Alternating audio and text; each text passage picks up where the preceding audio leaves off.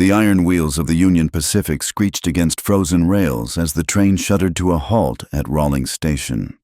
Winter of 1891 had arrived early in Wyoming territory, and the wind cut through the platform like a skinning knife. Snow swirled between the signal posts, gathering in small drifts against the weathered boards of the depot. Nora Vance gripped the worn leather handle of her travel trunk with one hand, the other clutching a letter that had been read so many times its edges had gone soft. She was the last passenger to descend from the final car, her brown wool dress practical but inadequate against the Wyoming cold. The conductor barely glanced her way as he called out the stop, his voice lost in the howling wind.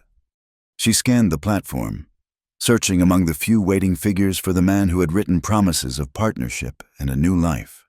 Royce Mercer, widower with a spread 20 miles north of town, needing a helpmate more than a bride or so his letters had claimed. She'd memorized his description of himself: tall, graying at the temples, would be wearing his Sunday coat despite it being Thursday. There he was, standing near the depot door, taller than she'd imagined, his coat pressed but showing wear at the elbows. Their eyes met across the platform, and something in his face shifted disappointment flickering like a dying lamp. He took 3 steps toward her, stopped, and she watched his jaw work as if chewing on words he couldn't quite form. "Miss Vance." His voice carried the flat tone of a man already backing away from a deal. Mr. Mercer." She kept her chin level, though the cold made her want to hunch into her thin shawl. "I've come as we agreed." He looked her over, not the way a man looks at a woman with interest, but like a rancher appraising livestock that isn't quite what he ordered. His gaze lingered on the silver threading through her dark hair, the fine lines around her eyes that her photograph hadn't shown. "I was expecting someone." He paused, had the decency to look ashamed for half a heartbeat. "Younger. The work out here, it's hard on a body. I need someone who can keep up with it all." The words hung between them like icicles, sharp and clear. Nora felt the curious stares of others on the platform, a woman with 2 small children, the station agent peering through the frost-covered window, a cowboy leaning against a post who had the grace to look away. "I see." She wouldn't give him the satisfaction of seeing her crumble. 37 years of living had taught her that much. "And you couldn't have determined this from my letters. I was quite clear about my circumstances." Royce shifted his weight, boots scraping against the icy boards. "Letters can say a lot of things. Seeing is different." He reached into his coat, pulled out a small leather purse. "For your trouble, there's enough here for a ticket back east, and a night at the boarding house if you need it." She looked at the purse but didn't reach for it. "I sold everything to come here. Mr. Mercer, there is no back east for me." "That's not my problem." The brief shame was gone now, replaced by the irritation of a man who wanted this uncomfortable scene to end. "I was clear about what I needed." "You were clear about wanting a partner, not an ornament." Her voice stayed steady though her hands trembled. Whether from cold or anger, she couldn't say. "But I understand. Good day, Mr. Mercer." He left the purse on a nearby bench and walked away, his long stride carrying him quickly into the swirl of snow. The woman with children hurried them inside, whispering. The station agent disappeared from his window. Nora stood alone on the platform, her trunk at her feet, the rejected purse on the bench like an insult made tangible. She could take it pride wouldn't keep her warm tonight, but her hand hesitated. Taking his money felt like agreeing with his assessment, accepting the label of goods that didn't meet specifications. "Train east won't come through until Tuesday." The station agent called through a cracked door. "Boarding house is 2 blocks down, on Main." "Tuesday, 5 days away." She nodded her thanks, then bent to grab her trunk handle. The weight of it nearly pulled her off balance books, her mother's china teacups wrapped in quilts, the few tools from her failed attempt at keeping the farm after Daniel died. Everything that mattered condensed into one trunk that now felt like an anchor in a frozen sea. "That's a heavy load for one person." She turned toward the voice, The cowboy who'd been leaning against the post had straightened. Not young, maybe 40. Face weathered like old leather. Kind eyes that didn't hold pity so much as simple recognition of struggle. His coat was patched at the shoulder, but clean. Working man's clothes, honestly worn. "I've carried heavier," she said, which was true in more ways than one. No doubt. He pushed back his hat, revealing sandy hair shot through with gray. "Name's Gideon Blake. Got a ranch about 8 miles north. Nothing fancy. But the roof doesn't leak and the stove draws proper." She studied him, trying to read his intentions. And nothing just seems foolish. You standing here in the cold when I've got coffee on and walls to break the wind. You can figure out your next move without freezing solid. I don't need charity. Mr. Blake didn't offer any, but if you want to haul that trunk 2 blocks through this blow, likely slip on the ice and break something necessary, that's your business. I'm heading home either way. You can ride along or not. There was something in his directness she appreciated. No sweet words. No promises. No looking her over like merchandise. Just a practical offer from one person to another. She glanced at the purse on the bench, then at the depot where Royce Mercer had disappeared. The wind picked up, driving snow horizontal across the platform. "All right," she said, "but I'll work for my keep. I don't take charity." Figured as much. He moved to pick up one end of her trunk. "Wagons this way." They loaded the trunk together, her refusing to let him take the full weight alone. His horse, a sturdy bay gelding, stood patient in the traces despite the weather. Gideon helped her up to the bench seat without making a production of it, then climbed up beside her. As they pulled away from the station, Nora didn't look back. The purse still sat on the bench, gathering snow. Let Royce Mercer retrieve his 30 pieces of silver himself. The road north wound through low hills dotted with sage and juniper. Snow had already covered the worst of the ruts, making the going slower but smoother. They rode in silence for the first mile, the only sounds the creak of wheels and harness, the steady clop of hooves muffled by snow. "You don't ask many questions," Nora finally said. "Figure if you want me to know something, you'll tell it." Gideon kept his eyes on the road. "Same goes the other way." "Fair enough." She pulled her shawl tighter. "Though I suppose you heard enough back there to piece things together." "Heard a man act a fool, if that's what you mean. Royce Mercer always did have more pride than sense." "You know him." "Know of him. Decent rancher, bad at reading people. His first wife ran off with a traveling salesman. Guess he figured ordering a woman through the mail like a catalog purchase would turn out different." Despite everything, Nora found herself almost laughing. "And how did that work out for him?" "About like you'd expect." A small smile creased Gideon's weathered face. "Man wants guarantees in life. He best stick to buying tools and seed. People are more complicated." They climbed a rise and through the swirling snow. She glimpsed a small cabin nestled against a hillside, smoke rising from its chimney to be torn away by the wind. It wasn't much, maybe 2 rooms, a lean-to barn, corral fencing that needed work. But the smoke meant warmth, and right now that was everything. "It's not fancy," Gideon said again, perhaps seeing it through her eyes. "Fancy and I parted ways some time ago," Nora replied. "It looks solid. That's what matters." He pulled up near the door, set the brake, and helped her down. They managed the trunk between them, him kicking the door open and her guiding it through. The inside was what she expected, sparse but clean, everything in its place. A cook stove dominated one corner, giving off blessed heat, a table with 2 chairs, shelves with dishes and supplies, a curtained alcove that must serve as a bedroom. "You can have the bed," he said, setting down his end of the trunk. "I'll take the barn. Done it before when my brother visited. I won't put you out of your own house. Lady, you just rode 20 miles in an open wagon in a Wyoming blizzard. You'll take the bed and be grateful, or we'll stand here arguing until we both freeze where we stand." This time she did laugh, short and sharp but genuine. "When you put it that way." He busied himself with the stove, adding wood, adjusting the damper. She stood awkwardly, unsure of the protocol when you were neither guest nor hired help nor anything else with a proper name. "Coffee?" he asked. "And there's stew from yesterday. Nothing special, but it's hot." "Yes, thank you." She moved to the shelves. Bowls.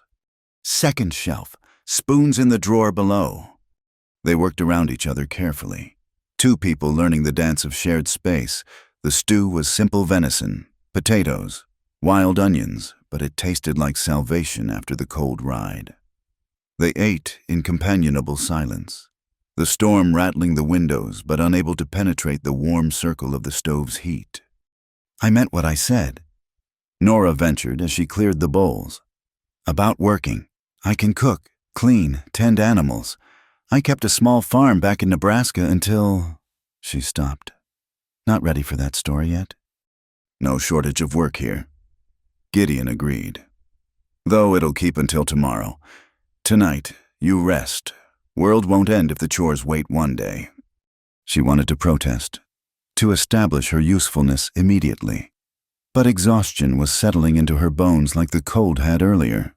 The emotional toll of the day, hope turning to humiliation, humiliation to uncertainty. And now this unexpected reprieve left her feeling hollow and brittle. "Thank you," she said simply, "for all of this." He waved it off. Would have done the same for anyone. But would anyone have done it? She'd stood on that platform surrounded by people, and only one had seen a person in need rather than a spectacle or an inconvenience. That mattered. In her experience, the small kindnesses were the ones that saved you. One at a time, like planks thrown to a drowning swimmer. Later, after Gideon had taken blankets and headed to the barn despite her continued protests, Nora lay in the narrow bed listening to the wind. The straw mattress was thin but warm, the quilts handmade with tiny, even stitches. A woman's touch from the past mother, sister, or perhaps that first wife who'd had the sense to run. She thought about Royce Mercer's face, that moment when hope curdled into disappointment. Had she really looked so different from what he'd imagined? Or had he simply seen her standing there alone, desperate enough to answer advertisements, old enough to have a history, and decided she represented complications he didn't want? Tomorrow she would have to make decisions. Take his money and the train back to nothing. Find work in town, if any existed for a woman of her age and circumstances, or stay here in this temporary haven and see what developed. But tonight, for the first time in months, she was warm and fed and safe. Someone had offered help without trying to extract payment in pride or dignity. That was enough grace for one day. She pulled the quilts higher and let the sound of the wind sing her toward sleep, while somewhere in the barn, a good man made his bed in the hay so a stranger could have his. The knock came just after midnight, 3 sharp raps, evenly spaced, not the random pounding of someone lost in the storm, but deliberate, calculated. Nora woke instantly. A skill learned from years of listening for trouble. Through the thin walls, she heard Gideon moving in from the barn, the creak of the door, low voices. She dressed quickly in the dark, fingers finding the buttons by memory. Her hand went automatically to the small pistol she kept wrapped in oilcloth at the bottom of her trunk. Daniel had taught her to shoot after claim jumpers had visited their neighbors. She'd never had to use it on anything but rattlesnakes and sick cattle, but the weight of it felt reassuring. "Sorry to trouble you on a night like this." The stranger's voice carried through the door, smooth, educated, with an undertone that made her skin prickle. "My horse broke through some ice crossing Willow Creek. Had to put him down. Been walking for hours."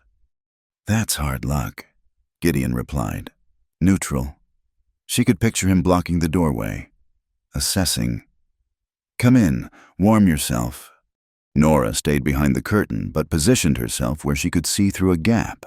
The man who entered looked like he'd stepped from a stagecoach rather than walked miles through a blizzard. His coat was wet but fine wool, his boots expensive despite the mud. 35 maybe, clean-shaven, with the kind of handsomeness that knew its own worth. "Much obliged." The stranger, he'd introduced himself as Jed Carver, moved directly to the stove, but his eyes swept the room, taking inventory. They lingered on her trunk, visible in the corner. "Cozy place? You living here alone?" "Does it matter?" Gideon's tone stayed mild, but he'd shifted position slightly, keeping himself between Carver and the rest of the cabin. "Just making conversation." Carver held his hands to the heat, smiled. "Though I'd guess not, given the lady's trunk, unless you've taken up collecting French fashion." The man had sharp eyes. Nora's trunk did have brass corners and her initials NV, stamped in gold leaf, a wedding gift from better times. She pressed back against the wall, pistol cold in her hand. "My arrangements aren't your concern." Gideon said, "You can bed down by the stove tonight. Come morning, I'll ride you to town." "Generous of you." Carver settled into the chair she'd used at dinner, making himself comfortable. Not many men would trust a stranger so easily. "Then again, maybe you're the trusting type, or maybe—" His gaze found the rifle mounted above the door. "You're just confident in your ability to handle trouble." Something in his tone made Nora's neck prickle. This wasn't random. A man didn't walk miles through a killing storm to rob a cabin that might be empty. He'd known someone was here. But how and why? "I've found most trouble can be avoided by minding your own business." Gideon said. He'd taken the other chair, casual but alert. "Coffee's still warm if you want it." "Don't mind if I do."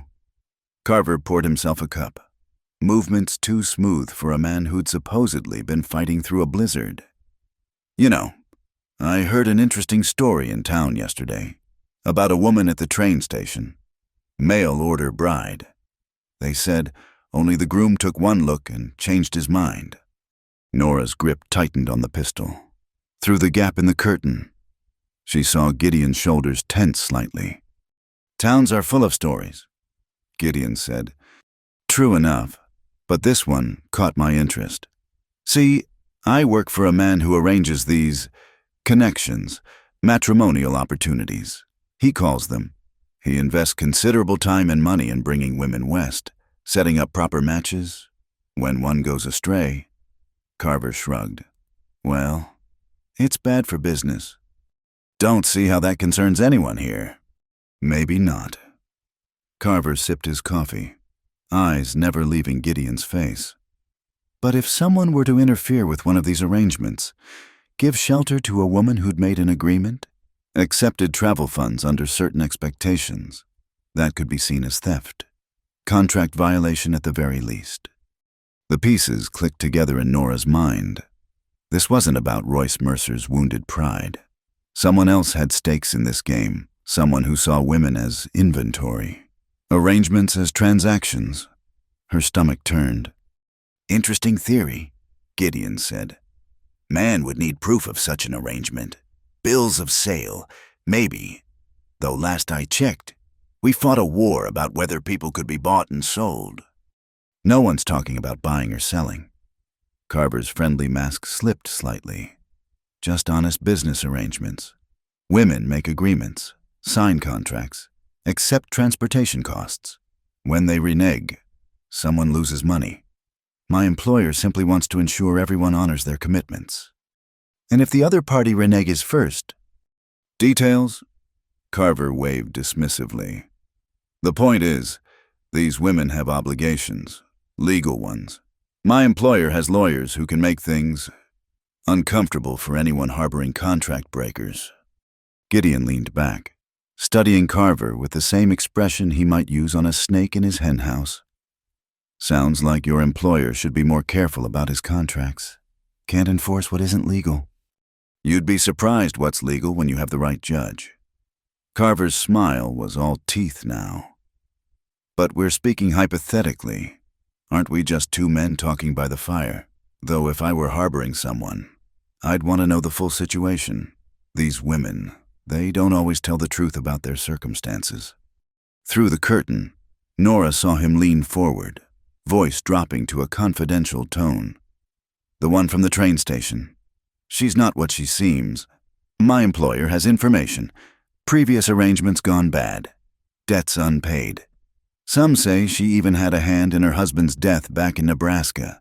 Convenient how she inherited that farm just before the bank took it. Lies. All lies designed to poison the well, make Gideon doubt what small trust had formed. Nora's finger found the trigger guard. She'd heard this before, how easily a woman's reputation could be destroyed by whispered implications.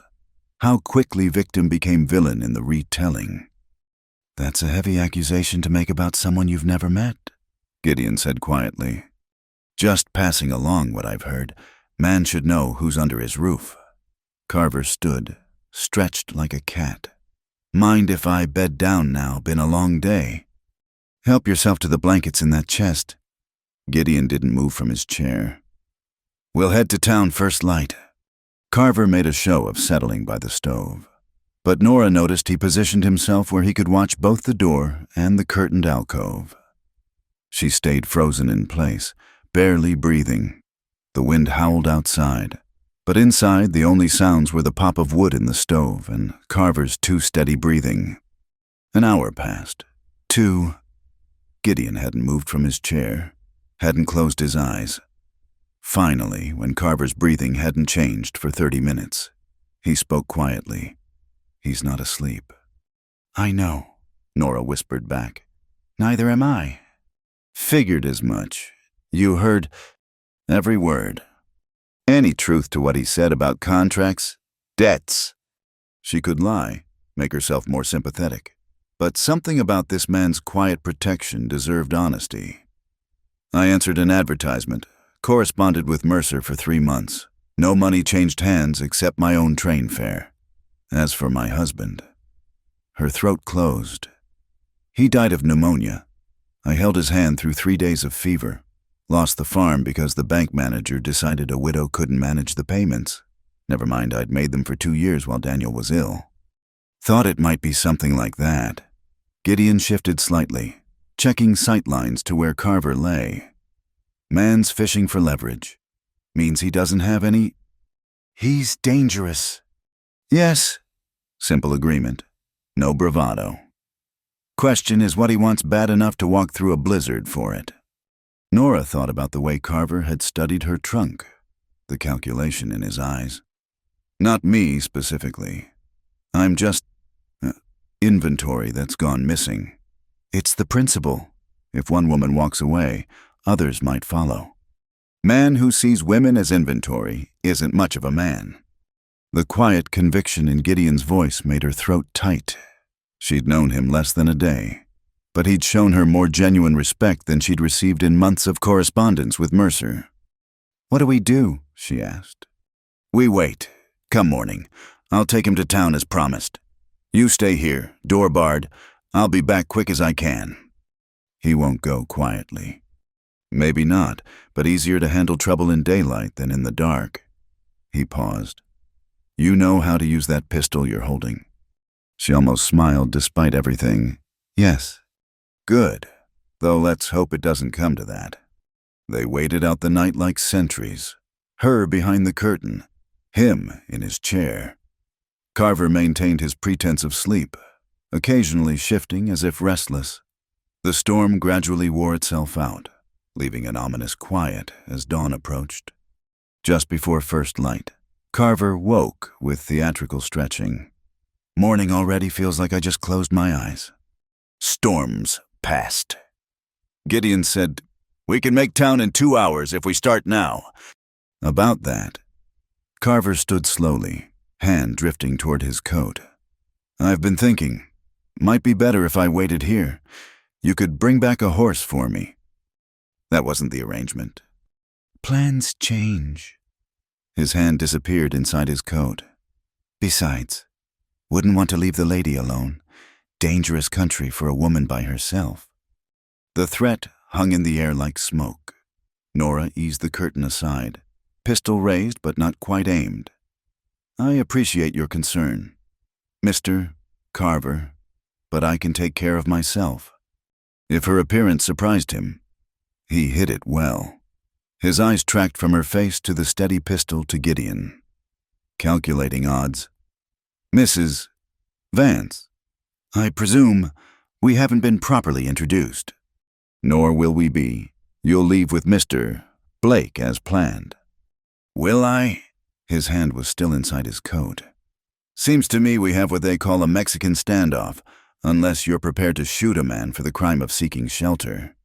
I'm prepared to shoot a man who threatens me in my home, she said evenly. I've buried men before. Mr. Carver, one more won't keep me up nights. Something in her voice, the flat certainty of it, made him reassess. His hand emerged empty, raised in mock surrender. No need for dramatics. I'll gladly accept Mr. Blake's kind offer of transportation.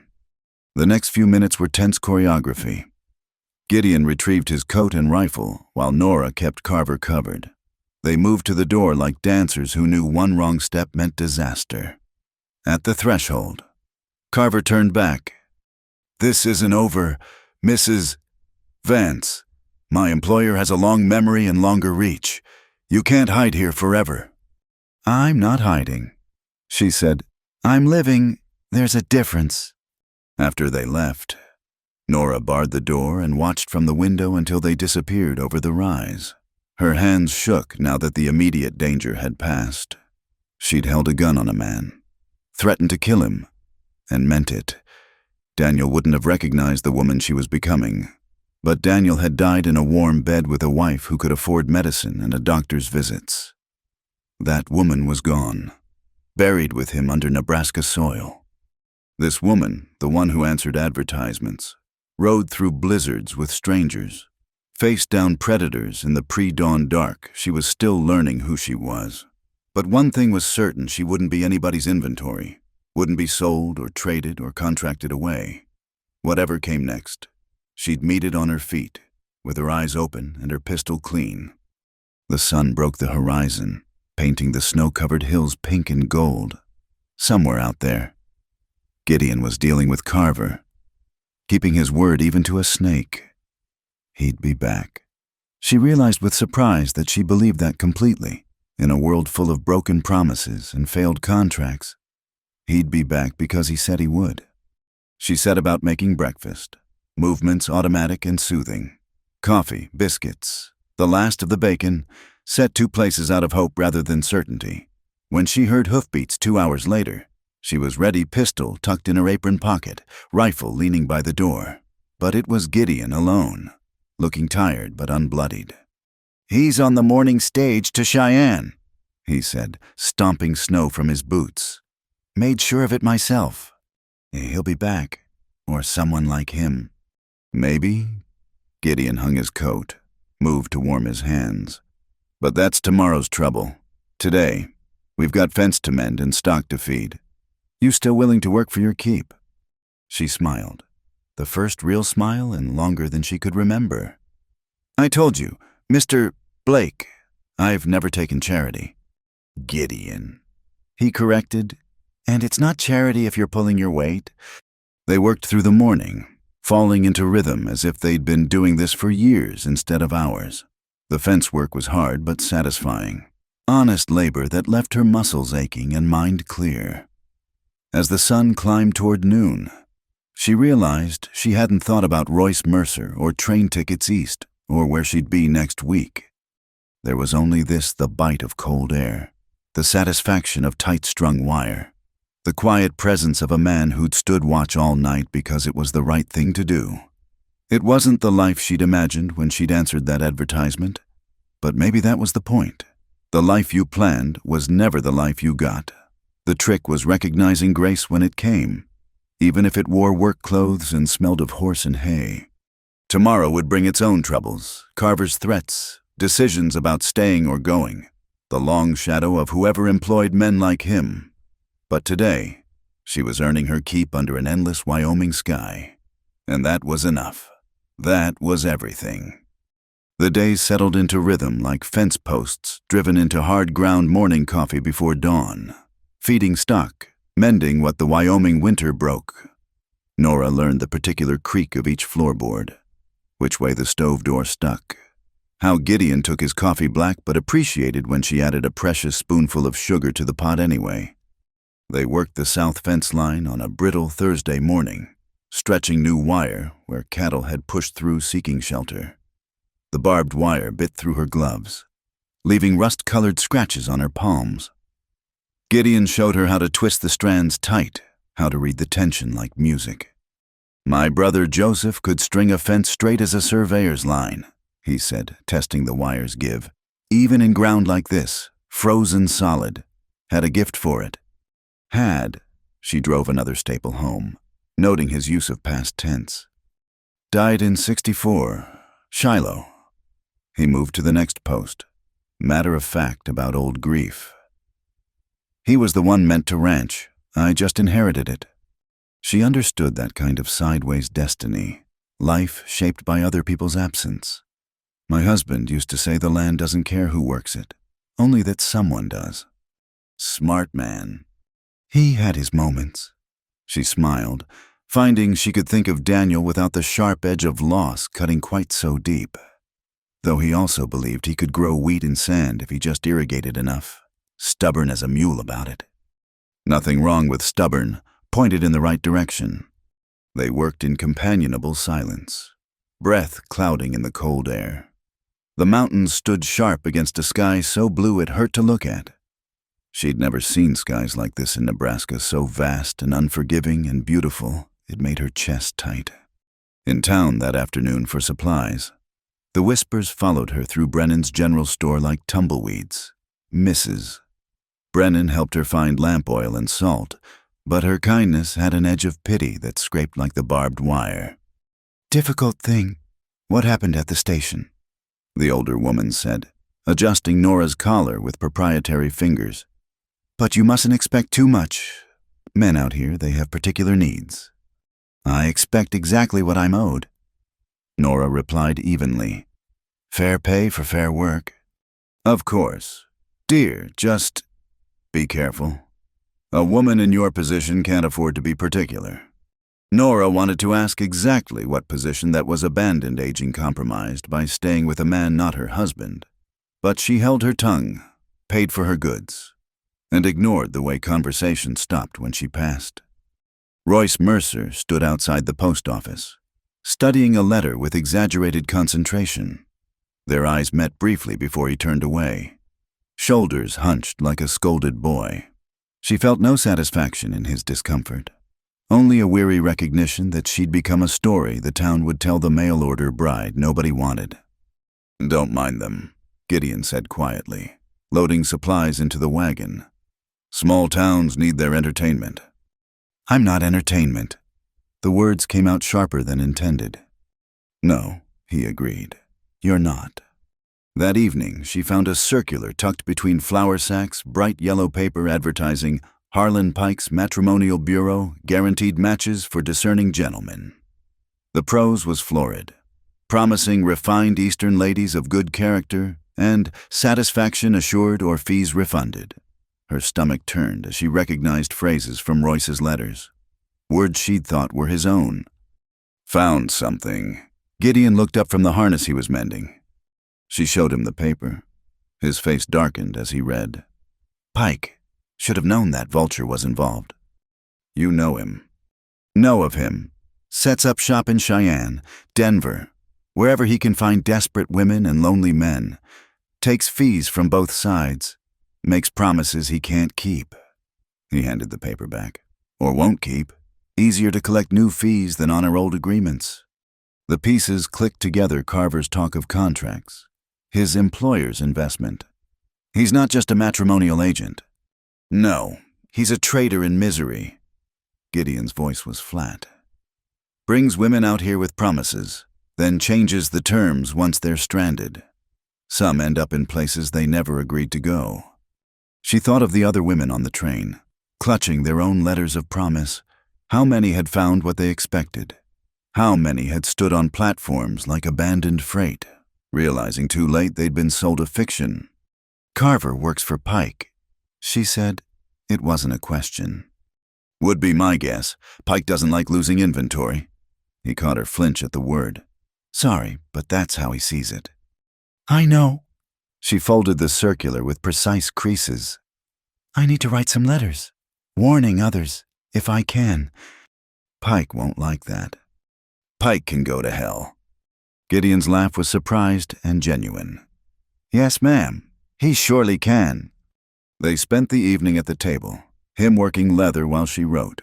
The letters were careful but clear, addressed to newspapers and women's aid societies back east. She named no names but described the system, the honeyed letters, the transportation fees that became debts, the men who profited from desperation on both sides. Will it help? She asked, sealing the last envelope. Maybe, maybe not, but it's something. Saturday arrived with Chinook winds that made the snow soft and treacherous. The town social was that evening dancing at the Grange Hall, one of the few entertainments in a Wyoming winter. Nora hadn't planned to go, but Gideon mentioned it over breakfast with studied casualness. Music's usually decent. Miller's boy plays fiddle like his life depends on it. I'm sure it's very nice. Course, I don't dance much. 2 left feet. Joseph always said. She looked up from her mending. Are you asking me to the social? Gideon Blake. Red crept up his weathered neck. Might be, if you were inclined. To watch you not dance. To give them something else to talk about. His eyes met hers. Steady. Let them see you're not hiding, not ashamed. I'm not ashamed. But her hands stilled on the fabric. To walk into that hall, face the whispers and stares, dance with a man who wasn't her husband while the town watched and judged. I know you're not. They need to know it too. She thought about Mrs. Brennan's pitying fingers, Royce's hunched shoulders, the weight of being a story told for entertainment. Then she thought about Gideon's quiet presence through the dark morning with Carver, the way he'd made space for her in his life without making her feel like charity. All right, she said, but if you step on my feet, I'm leading. The Grange Hall glowed with kerosene lamps, fiddle music spilling out into the cold night. They paused at the door, her hand on his arm not clutching, just resting there like it belonged. The crowd was thicker than she'd expected, ranchers and townspeople in their best clothes, children darting between adults' legs. Conversations stuttered as they entered. She felt the weight of eyes, heard mail-order bride whispered behind hands. But Gideon walked steady beside her, greeting neighbors with the same reserved nod he always used. Not defiant, not ashamed, just present. Sarah McKinnon, the minister's wife, was the first to approach. Mrs. Vance, how nice to see you. Her tone suggested it was anything but nice, but social convention demanded the gesture. Mrs. McKinnon. Nora kept her voice pleasant. Lovely evening for it. Indeed, though some might say it's quite soon to be attending social functions, given your circumstances. My circumstances. Nora let the question hang. Make them say it out loud. She'd learned, make them own their cruelty. Well, your situation. Staying with Mr. Blake without proper... That is... Mrs. Vance works for me, Gideon said mildly. Room and board in exchange for help with the ranch. All proper and above board, unless you're suggesting otherwise. Sarah McKinnon's mouth opened and closed like a landed fish. Of course not. I simply meant... I know what you meant. Nora smiled sweetly. How kind of you to be concerned. If you'll excuse us. They moved into the crowd, leaving Sarah McKinnon behind. Nora's heart hammered, but she kept her chin up. A few women nodded cautiously. Most looked away. The men were worse, their gazes lingering with speculation she recognized too well. Dance, Gideon asked as the fiddle struck up a waltz. You did warn me about your feet. I'll risk it if you will. They moved onto the floor, joining the other couples. He wasn't lying about the 2 left feet, but he was careful about it, steady in his awkwardness. She found herself relaxing into the simple pattern of the dance, the warmth of his hand at her waist, the concentration on his face as he counted steps. You're doing fine, she murmured. A liar, but I appreciate it. She laughed, surprising herself. When was the last time she'd laughed while dancing before Daniel got sick? Certainly, back when the future seemed like something you could plan for instead of something that happened to you. The song ended. Another began. They stayed on the floor, finding their rhythm. She noticed the whispers had changed quality, less scandalized, more puzzled. The story wasn't playing out as expected. The abandoned woman wasn't hiding in shame. The taciturn rancher was almost smiling. Between dances, they rested near the punch bowl. Royce Mercer stood across the room, alone despite the crowd. His eyes met hers, slid away. She felt Gideon tense beside her. "Let it be," she said quietly. "He owes you an apology." "He owes me nothing. We're square." She sipped the too sweet punch. "He'll have to live with being the kind of man who'd abandon a woman in winter. That's punishment enough." The evening wound on. A few brave souls attempted conversation. Most were fishing for gossip, but some seemed genuinely curious about the woman who'd survived abandonment and threats with her dignity intact. She gave them little beyond pleasant deflection, saving her truths for people who'd earned them. As they prepared to leave, young Tom Brennan approached, hat in hand. "Mrs. Vance, my ma wanted me to give you this." He thrust a small wrapped package at her and fled.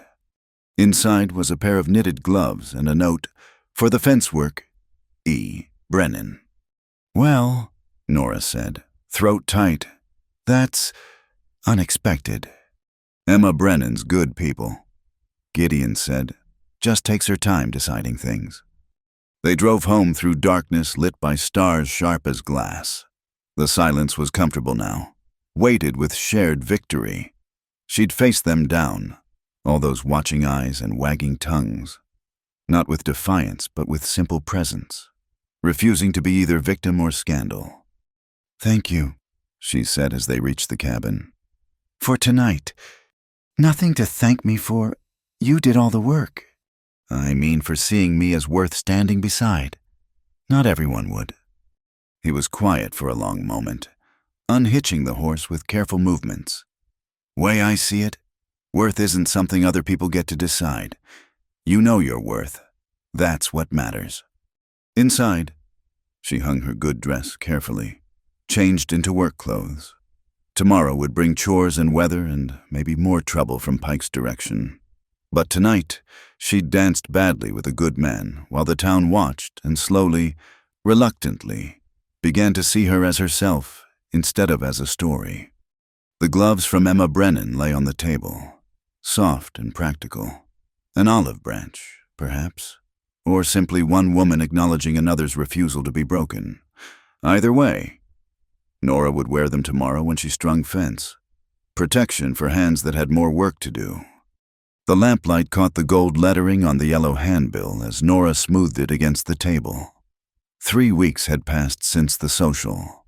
3 weeks of fence mending and cautious nods from townspeople. Now this another of Pike's advertisements, but with new language that made her blood cold. "Special arrangements for widowers and mature gentlemen," she read aloud. "Experienced ladies of resilient character, pre-screened for compatibility. Satisfaction guaranteed through our patented matching system." Gideon looked up from cleaning his rifle. "Patented? Like he's selling farm equipment." "Look at this line, previous matrimonial experience preferred. Ladies who understand the realities of frontier life." She set the paper down, jaw tight. He's targeting widows now, women who've already lost everything once. Easier marks, he figures, already knocked down by life. Or stronger for having survived it. She thought of the other women at the station, their mixture of hope and wariness. How many were widows like her, gambling their last resources on promises that turned to smoke? They'd fallen into an easy partnership these weeks, working side by side through the tail end of winter. The cabin felt less like a temporary shelter and more like she caught herself before thinking home. That was dangerous territory, assuming permanence where none was promised. "I'm going to town tomorrow," she announced, To the newspaper office. About the advertisements. Mr. Holbrook should know what Pike's doing. Maybe he'll print a warning. Gideon's expression suggested he doubted it, but he nodded. I'll drive you. You don't need to. Nora. He rarely used her given name, and it stopped her short. Carver's been seen in Laramie. Man like Pike doesn't forget what he considers theft. You're not going alone. She wanted to argue, to insist she could handle herself, but the memory of Carver's calculating eyes, the way he'd cataloged everything in the cabin, made her practical. All right. The next morning brought fresh snow, and a letter slipped under the door, no postmark. Just her name in spidery script. Inside, a single line. What's stolen must be returned. H.P. Could mean anything, Gideon said, but his hand went to his sidearm. We both know what it means. She folded the letter carefully. Evidence, perhaps, though she doubted Pike was careless enough to make threats that could be proven. He sees me as property that's gone missing. Let him see what he wants. Doesn't make it true. In town, the newspaper office smelled of ink and ambition. James Holbrook, the editor, was a thin man with tired eyes who listened to Nora's story while making occasional notes. It's quite an accusation, he said when she finished. Mr. Pike advertises with us regularly. Pays in advance. Always polite. So you won't print a warning? I didn't say that. Holbrook tapped his pencil against the desk. But I need more than one woman's word against an established businessman. Proof of wrongdoing. Other women willing to speak publicly. How can they speak publicly when they're scattered across the territory, isolated and ashamed? That's the challenge, isn't it? His sympathy seemed genuine but useless. Bring me 3 women willing to go on record, and I'll run the story. Otherwise, it's just hearsay. Outside, Nora stood on the boardwalk, fists clenched in Emma Brennan's gifted gloves. 3 women, as if their silence isn't evidence enough of what they've endured. We'll find them, Gideon said quietly. How knock on every ranch door asking if they've been swindled and abandoned? If that's what it takes. She looked at him steady, patient Gideon, who took every challenge like a fence to be mended, one post at a time. This isn't your fight. Decided that for me? Have you? I'm serious. Pike's dangerous. And you've done enough. Have I? His voice stayed mild, but something flashed in his eyes. Way I see it, I haven't done nearly enough. Man threatens someone under my roof, in my home, that makes it my fight. The possessive note in my home caught her off guard. When had she become someone under his roof rather than just working for it? The shift felt tectonic, subtle but profound. They spent the afternoon visiting the post office, the general store, anywhere gossip collected like dust in corners. Emma Brennan, warming to Nora since the gloves, mentioned a woman named Ruth Cassidy who'd arrived 6 months back under circumstances. Stays out at the Ponderosa Ranch, cooking for the hands. Doesn't come to town much. Emma lowered her voice. Some say she was meant for Carl Hutchins, but he took one look and sent her packing. Sound familiar? Too familiar. They found Ruth Cassidy plucking chickens behind the ranch cookhouse, a sturdy woman with premature gray and wary eyes. She listened to Nora's explanation without expression. You want me to tell the newspaper my business? Ruth finally said, stand up in front of God and everybody. Admit I was fool enough to believe sweet letters from a stranger. I want to stop him from doing it to others. Noble of you. Ruth's laugh was bitter. But I've got work here. Not good work, but honest. I start making trouble. Telling tales. How long before I'm looking for another position, and who's going to hire the woman who causes scandals? So we do nothing? I do what I must to survive. Ruth's hands never stopped their efficient plucking. That's all any of us can do. You've landed soft with Blake. Good for you. Don't judge those of us still scrambling for footholds. The drive back was silent until Gideon spoke. She's not wrong, asking them to risk what little they've gained. I know. Nora watched the mountains blur past. But if we don't speak, Pike keeps trading in misery. Where does it end? Maybe it doesn't. Maybe you just save who you can. That evening, while Gideon tended the horses, Nora pulled out paper and began writing. Not to newspapers this time, but to women. She crafted careful letters to boarding houses and aid societies in Chicago, St. Louis, any place women might seek help, warning them about Pike's operation, describing the tactics, urging caution. It's not enough, she said as Gideon came in. It's something. Sometimes that has to be enough. She was sealing the last letter when hoofbeats thundered into the yard. Gideon grabbed his rifle, motioned her back. Through the window, she saw 3 riders dismounting not Carver, but rough-looking men with purpose in their movements. Blake, one called out. We're here on business. Legal business.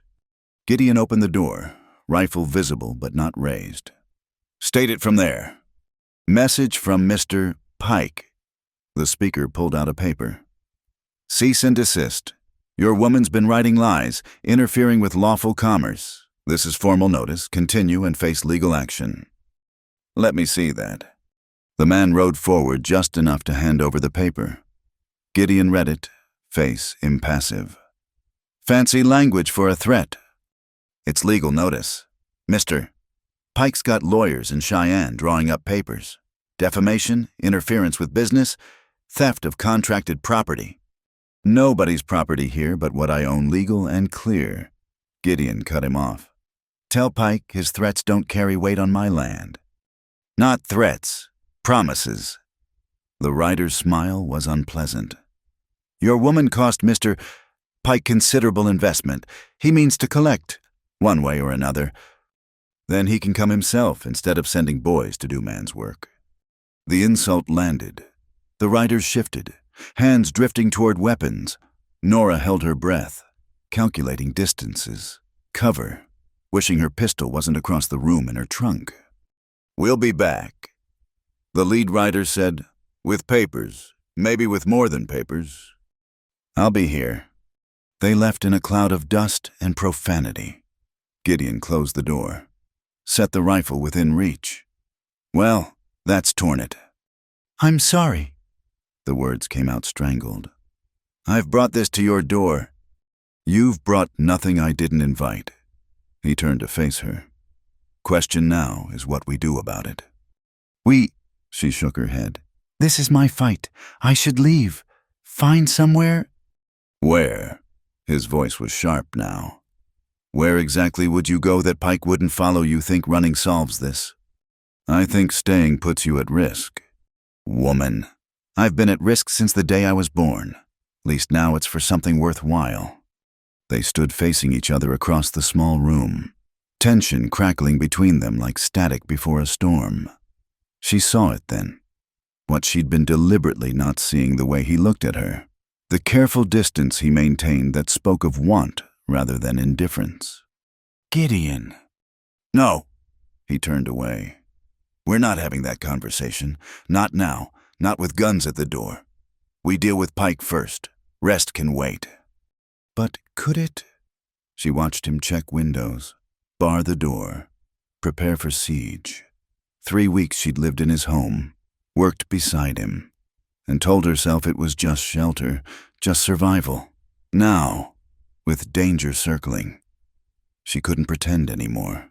Somewhere between that first night and now, she'd stopped being a temporary refugee and become what? We need help, she said, pushing aside questions without answers. The law. Sheriff Boucher's in Pike's pocket. Known fact.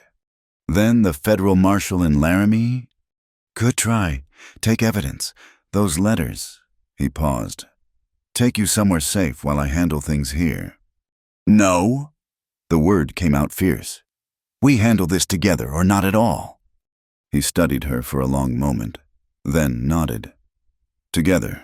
Then, first light. We ride for Laramie. Tonight, we fort up and keep watch. They settled in for another sleepless night, taking turns at the window. Around midnight, snow began to fall, soft and steady, muffling the world outside. Nora made coffee, strong and bitter, and they sat at the table like conspirators. "Tell me about your brother," she said, needing to fill the silence with something besides fear. "Joseph," Gideon's face softened. "He was the dreamer. Always reading, always planning something bigger. He's the one wanted to raise horses instead of cattle. Said they had more personality. Was he right? Maybe, but cattle pay better." He smiled slightly. "He would have liked you. Appreciated a woman who speaks her mind." "And you?" The question slipped out before she could stop it. "What do you appreciate?" His eyes met hers across the table, and for a moment the mask slipped. She saw hunger there, and loneliness, and something that might have been hope. Then he looked away, walls sliding back into place. "I appreciate someone who makes a decent cup of coffee in the middle of the night." His voice was carefully light. "Speaking of which, your watch is coming up." She took her place at the window, rifle heavy across her lap. The snow continued to fall, erasing tracks, muffling sounds, somewhere out there. Pike was planning his next move. But here, in this small circle of warmth and light, she felt oddly safe. Not because danger couldn't reach them, but because she wasn't facing it alone. Tomorrow would bring the ride to Laramie, the hope of legal intervention, the uncertainty of what came next. But tonight, she had the quiet breathing of a good man who'd chosen to make her fight his own, the weight of a rifle that said she'd choose to fight rather than run, and the snow falling like a benediction on a world that needed all the grace it could get. The morning sky hung low and gray as they prepared for the ride to Laramie. Nora wrapped the evidence carefully in oilcloth Pike's advertisements. The threatening letter, her correspondence with other women. Each document felt heavier than paper should, weighted with stories of betrayal and survival. "Road might be watched," Gideon said, checking his sidearm. "We'll take the old mining trail, loop around through Sheep Creek." "That'll add hours." "Better than riding into an ambush." They set out before full dawn, horses picking their way carefully through fresh snow. The detour took them through country Nora hadn't seen, narrow valleys where aspens stood like white bones, ridges that opened onto views of endless white, beautiful and desolate, like everything in Wyoming. 3 hours in, they found the first marker, a red bandana tied to a branch where the trail forked. Too deliberate to be accident. "They're tracking us," Gideon said quietly. "Or guiding us." Nora studied the marker. "Pike wants me found, not lost." They pressed on, tension coiling tighter with each mile. At Sheep Creek, the horses drank while Gideon studied the terrain. The hair on Nora's neck prickled that feeling of being watched she'd learned to trust back in Nebraska when claim jumpers circled. "There," she whispered, pointing to movement on the ridge. 2 riders, maybe 3, pacing them at distance, not closing in, just following, herding. She realized. They wanted them to reach Laramie. Why? The answer came when they finally reached the federal marshal's office. Deputy Brenner, a thin man with apologetic eyes, met them at the door. "Marshal Cook's been called away," he said. "Urgent business in Cheyenne." "When will he return?" Gideon's voice was carefully neutral. "Hard to say. Week, maybe 2. The deputy shifted uncomfortably. "I can take your statement, but without the marshal—" "So you can't act on it," Nora finished. "How convenient for Mr. Pike." "Now, ma'am, I'm not saying there's connection." "Then what are you saying?" The deputy flushed. "I'm saying I'm one man with a badge and no authority to arrest prominent businessmen on accusations. Bring me proof witnesses, documentation of actual crimes, and I'll wire the marshal. Until then, we're on our own." She gathered her carefully wrapped evidence. Useless, all of it useless without someone willing to enforce the law. Outside, The watchers had vanished, their job complete. Pike had orchestrated this perfectly. Let them exhaust themselves seeking help that wouldn't come. Demonstrate the futility of resistance. We could try the territorial judge, Gideon suggested. Who's in Denver until spring? Nora had asked. Pike's lawyers probably knew that too. They found lodging at a boarding house run by a German widow who asked no questions. Over a meal of sauerkraut and potatoes, they regrouped. He's showing his reach, Gideon said. Wants you to know he can touch the law, bend it. It's working. She pushed food around her plate. Appetite gone. Every door closes before we reach it. Not every door. She looked up at his tone. What are you thinking? Sam Hutchins runs the Rocky Mountain Herald. Bigger paper than Holbrook's, wider reach, and Sam owes me a favor from back when... Hope flickered. Would he print the story? Maybe, if we had more than accusations. Gideon leaned back. You said 3 women for Holbrook. What if we found them? Ruth already said no. Ruth's one. There are others. They spent the next day in Laramie, asking careful questions. The boarding house owner mentioned a seamstress who'd arrived under circumstances last fall. The livery stable boy knew of a woman cooking at a ranch 40 miles south who didn't talk about her past. Fragments of stories, threads that might weave into truth.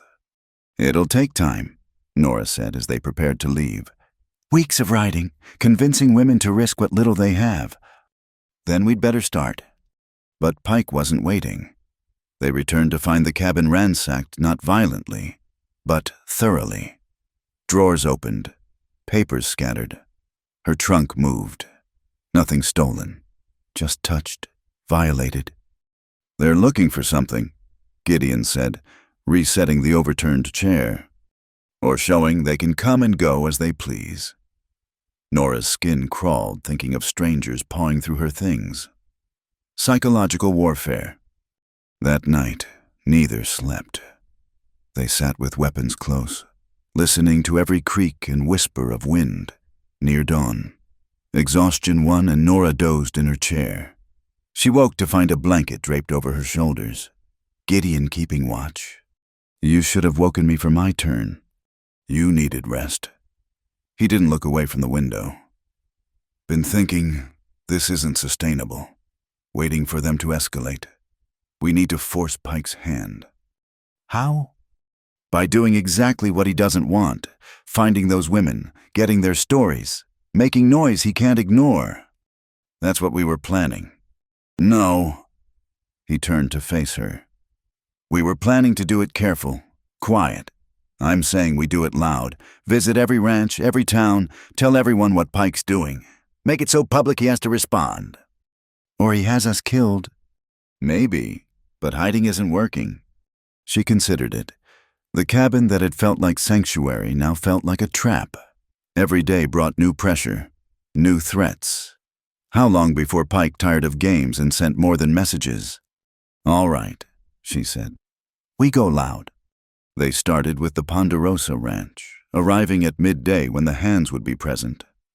Ruth Cassidy met them at the cookhouse, wary and worn. I told you no, she said. I'm not asking you to go to newspapers. Nora replied, just to tell your story here, now, in front of witnesses. Let these men know what kind of operation Pike runs. Why would they care? Because some of them might have sisters, daughters, women they'd want warned. Ruth looked at the gathered ranch hands. Men rough as unplaned boards, but not unkind. Something shifted in her face, resignation becoming resolution. All right, she said. You want my story. Here it is. She spoke for 20 minutes, voice steady as she detailed the letters, the promises, the arrival to find not a husband, but a proposition to work in one of Pike's boarding houses in Cheyenne. Her escape, the months of hiding, the constant fear of being dragged back. The silence after was profound. Then one of the older hands spat tobacco juice and said, That's some snake! That Pike! Murmurs of agreement rippled through the group.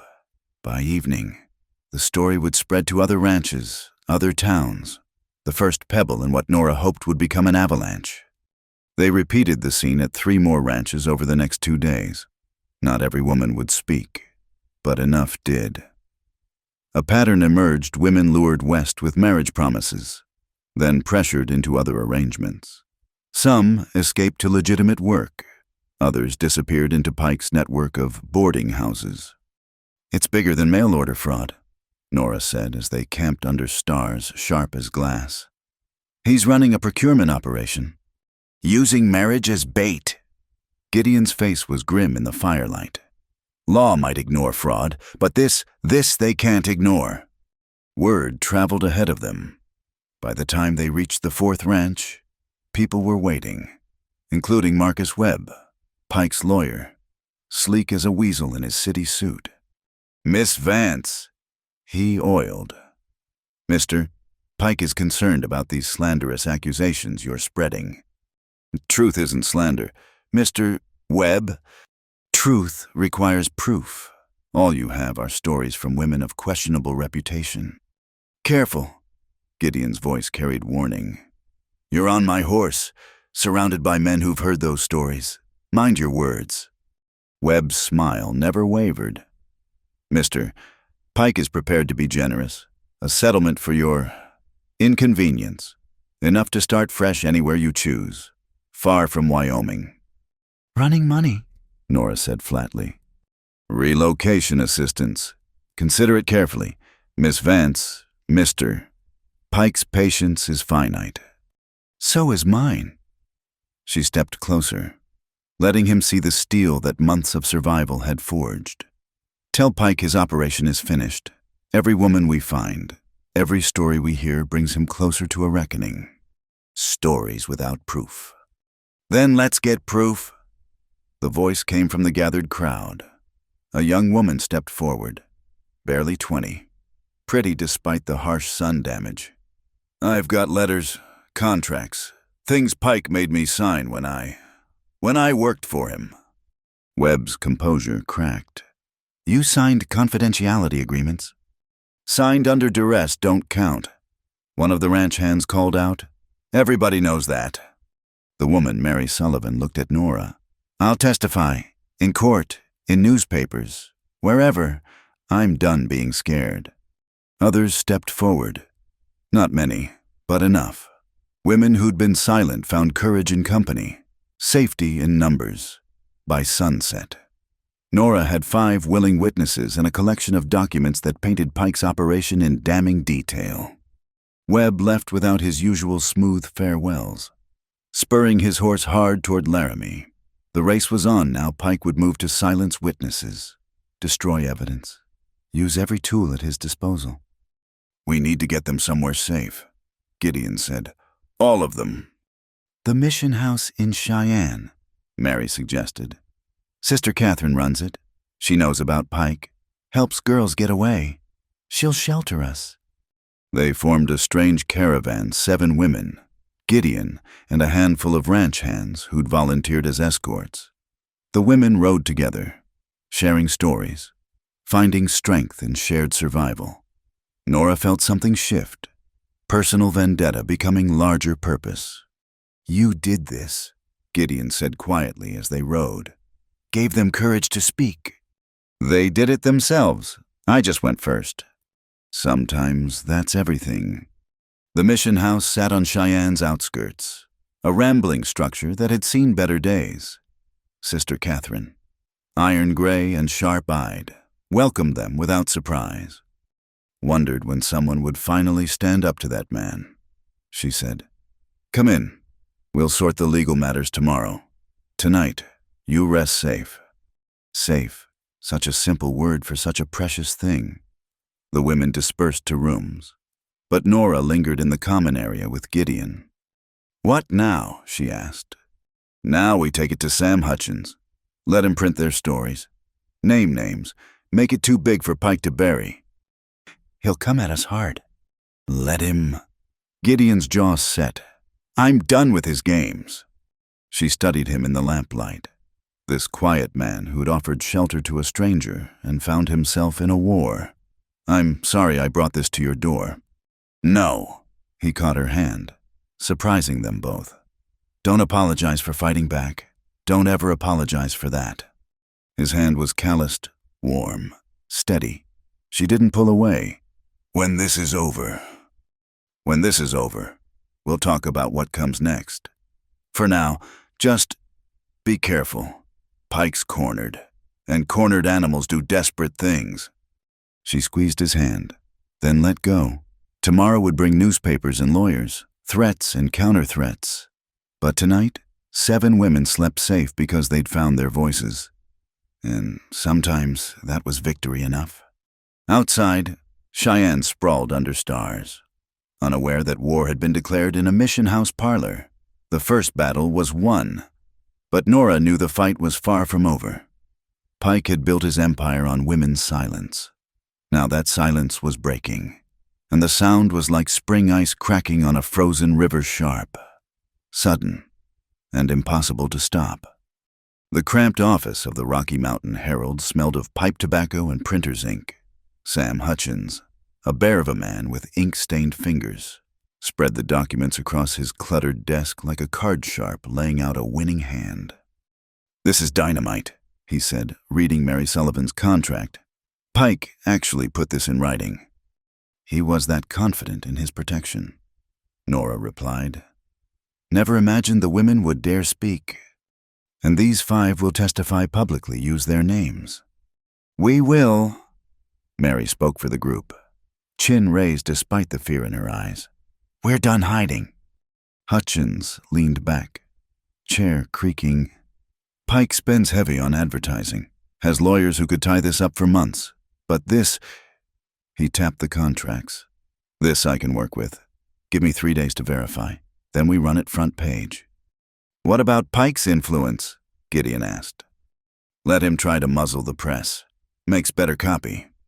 Hutchins grinned, showing tobacco-stained teeth. "Haven't had a good fight in years." They left the newspaper office with hope tempering caution. 3 days to wait while Hutchins confirmed stories. Checked facts. 3 days for Pike to respond to the threat. He didn't wait that long. The attack came that evening at the mission house. Not violence. Pike was too clever for that. But legal papers served by a parade of officials. Warrants for theft. Fraud. Conspiracy.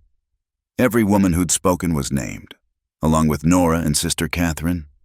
"These are intimidation tactics," Sister Catherine said calmly, reading the papers. "Half these charges are fabricated." "Doesn't matter if they stick," Webb said from the doorway, having arrived with the officials. "Matters that they'll spend months in custody waiting for trial. Unless we recant," Mary finished bitterly. "Disappear quietly." "Mr. Pike is generous to those who cooperate." Webb's smile was reptilian. "Passage to California. Stake money for fresh starts. All he asks is silence." "Get out!" Gideon's voice was dangerously quiet. "Now. I'm here legally. You're here to threaten women under my protection." He stepped forward, and something in his stance made Webb retreat. "Legal or not, you'll leave vertical or horizontal. Choose." Webb chose vertical, but his parting words chilled. "By tomorrow, warrants will be enforced. Federal marshals, not local law. Even Sister Catherine's sanctuary won't protect them." The women gathered in the common room, fear replacing tentative hope. Some wept. Others sat stone-faced, seeing doors closing again. "We could run," Ruth suggested. "Scatter before morning." "Where?" Mary's voice cracked. "He'll find us. He always does." "Then we don't run." Nora stood, decision crystallizing. "We use his weapons against him." "How?" "Pike's using the law as a club, but law cuts both ways." She turned to Sister Catherine. "You know judges in Cheyenne. Judge Morrison's an honest man, attends services sometimes. Then we file our own charges first. Tonight, fraud, coercion, false imprisonment." She looked at each woman. Make our accusations official before his warrants take effect. That could work. Mary breathed. If we're plaintiffs, not just defendants. Exactly. Harder to arrest victims seeking justice. They worked through the night. Sister Catherine's neat handwriting transforming their stories into legal documents. Gideon rode to wake Judge Morrison, returning with the man still in nightclothes but willing to listen. Grave accusations, Morrison said after reviewing their statements. But this evidence, Mr. Pike has questions to answer. By dawn, countercharges were filed. When federal marshals arrived to serve Pike's warrants, they found Judge Morrison present, complicating matters. These women are material witnesses in an active investigation, Morrison informed them. I'll need to review any warrants before they're enforced. The lead marshal, a professional named Dalton, recognized the jurisdictional tangle. We'll await your review. Judge, but these warrants are legitimate. As are these charges. Morrison held up the women's complaints. Due process works in all directions. Marshal, a standoff. But it bought time. Hutchins, alerted to the drama, accelerated his timeline. By afternoon, special editions of the Herald hit the streets. Marriage fraud exposed local businessman accused of trafficking women. The story exploded across Cheyenne like wildfire in drought season. Pike's carefully constructed reputation crumbled as witness after witness was quoted. The contracts, reproduced in damning detail, showed a systematic operation designed to trap desperate women. Pike himself appeared at the mission house as evening fell, no longer hiding behind lawyers and proxies. He was smaller than Nora had imagined, neat and precise, with eyes like chips of coal. Miss Vance, he ignored everyone else. You've caused considerable disruption. Good. I'm offering one final chance for peaceful resolution. Call off your dogs, retract these lies, and I'll ensure safe passage for everyone involved. The truth isn't negotiable, Mr. Pike. His composure cracked, revealing something vicious beneath. You stupid woman. Do you think this ends with newspaper stories? I have resources, connections. Had. Gideon stepped from the shadows. Past tense. Your advertisers are pulling funding. 3 of your boarding houses were raided this afternoon. Your protection is evaporating. Pike went white. You're lying. Check with Webb, if you can find him. Gideon's smile was cold. Rats flee sinking ships first. Indeed, Webb had vanished, along with several of Pike's key associates. The machinery of corruption, oiled by profit and complicity, seized up when exposed to light. This isn't over, Pike snarled. I'll see every one of you destroyed. Mr. Pike. Marshal Dalton appeared in the doorway. I'll need you to come with me. Judge Morrison has some questions about these contracts. This is ridiculous. I'm a respected businessman. Then you'll have no trouble explaining your business practices. Dalton's tone brooked no argument. Will you come quietly? For a moment, Pike looked ready to bolt. Then his shoulders sagged, defeat replacing defiance, as Dalton led him away. He shot one last venomous look at Nora. She met it steadily, no longer the desperate woman on the train platform, but someone who'd found her voice and used it. The room erupted in tears and embraces as reality sank in. They'd won not completely. Trials and challenges remained, but the immediate threat was broken. Pike's empire, built on silence and shame, couldn't survive exposure. It's not finished, Judge Morrison warned. There'll be trials, testimony needed. Some of his people might seek revenge. We'll be ready, Mary said, speaking for all of them. We're done being afraid. Over the following days, more women came forward. Pike's network unraveled as victims became witnesses. The federal prosecutor, initially reluctant, couldn't ignore mounting evidence. Charges expanded from fraud to more serious crimes. Nora found herself at the center of it all, coordinating testimonies, supporting wavering witnesses. The work was exhausting but necessary. Each woman's story strengthened the case, made justice more likely. "You've built something here," Gideon observed one evening as they reviewed documents. "Not just a legal case, a community." She looked around the mission house common room where women sat together, no longer isolated in shame. "They built it themselves. I just knocked on the first door." "Don't minimize what you've done." I'm not. But this was never about me. It's about them, Ruth, Mary, all of them. Women who deserved better than being traded like cattle. A week later, preliminary hearings began. Pike denied bail as a flight risk, watched his carefully constructed world dissected in court. His lawyers fought hard, but evidence was overwhelming. The contracts alone damned him, showing clear intent to defraud and coerce. Nora testified on the third day, describing her own experience and the threats that followed. She kept her voice steady, meeting Pike's glare without flinching. When his lawyer tried to paint her as a vindictive woman scorned, she produced her original correspondence with Royce Mercer. "I sought honest partnership, not ownership," she said clearly. "When that failed, I sought honest work, Mr. Pike tried to deny both, seeing me as property to be reclaimed. That ends now." The courtroom stirred at her words. "In the gallery." The other women nodded, recognizing their own truth in her testimony. That evening, as they gathered at the mission house, a telegram arrived. The governor, responding to public pressure, had ordered a full investigation into Pike's operations across the territory. What started as one woman's refusal to be sold had become a movement. "You should be proud," Sister Catherine said, finding Nora alone on the porch. "I'm tired," Nora admitted. "And worried. When the trial ends, the attention fades. What happens to them?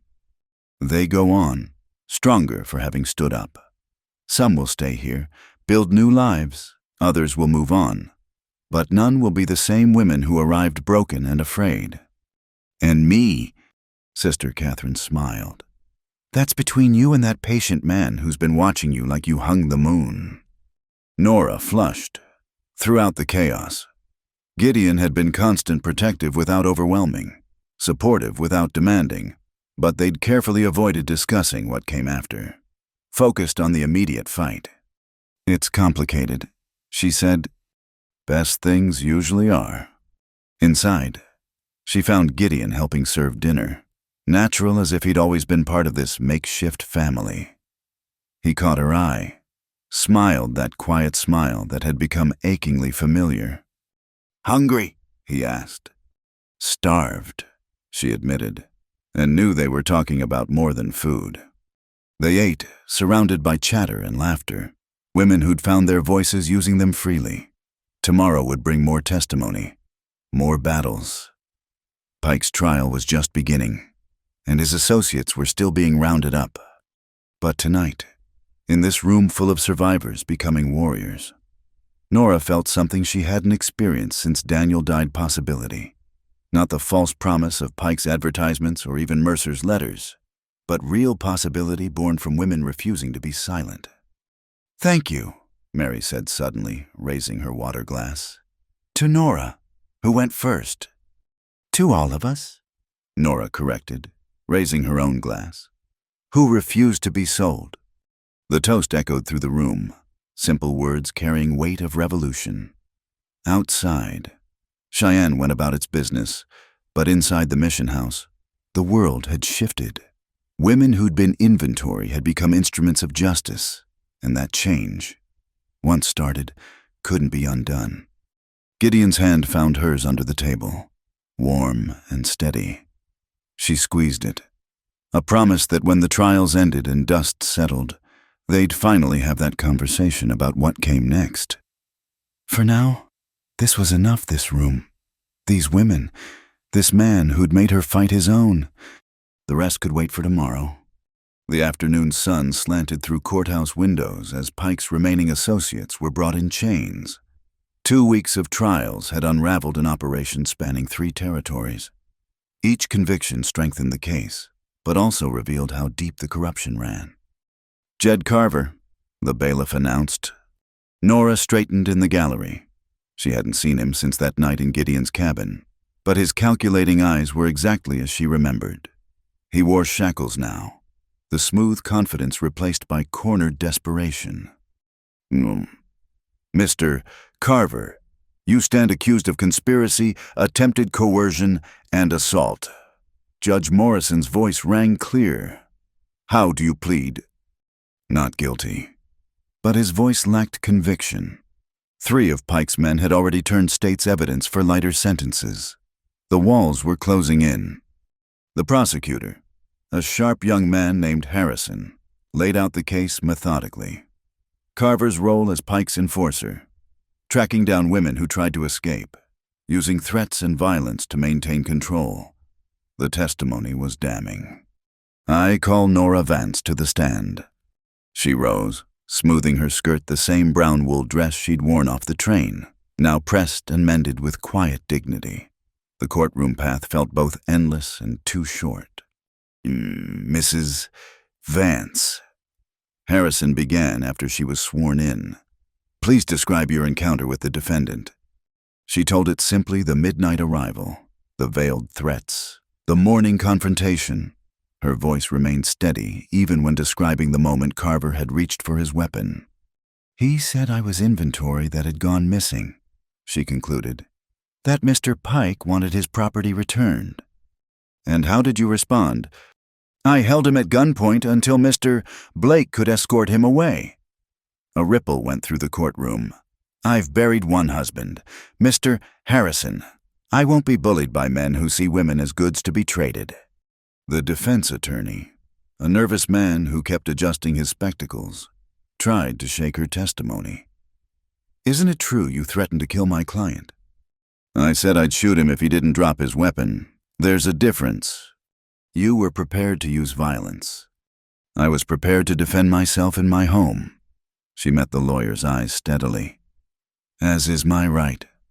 "Your home, but you were merely Mr. Blake's employee." "Objection!" Harrison called. "Relevance." Sustained. But damage was done. The questions about her living arrangements, the implications, hung in the air like smoke. She saw some jury members exchange glances, judging her by standards that never seemed to apply to men. "No further questions," the defense attorney said, seeming pleased. Nora returned to her seat beside Gideon, who sat rigid with controlled anger. "You did well," he murmured. "They're trying to make me the villain. Let them try. Truth has a way of winning out." But as the trial progressed, the attacks intensified. Pike's lawyers painted the women as opportunists, fallen women seeking revenge on legitimate businessmen.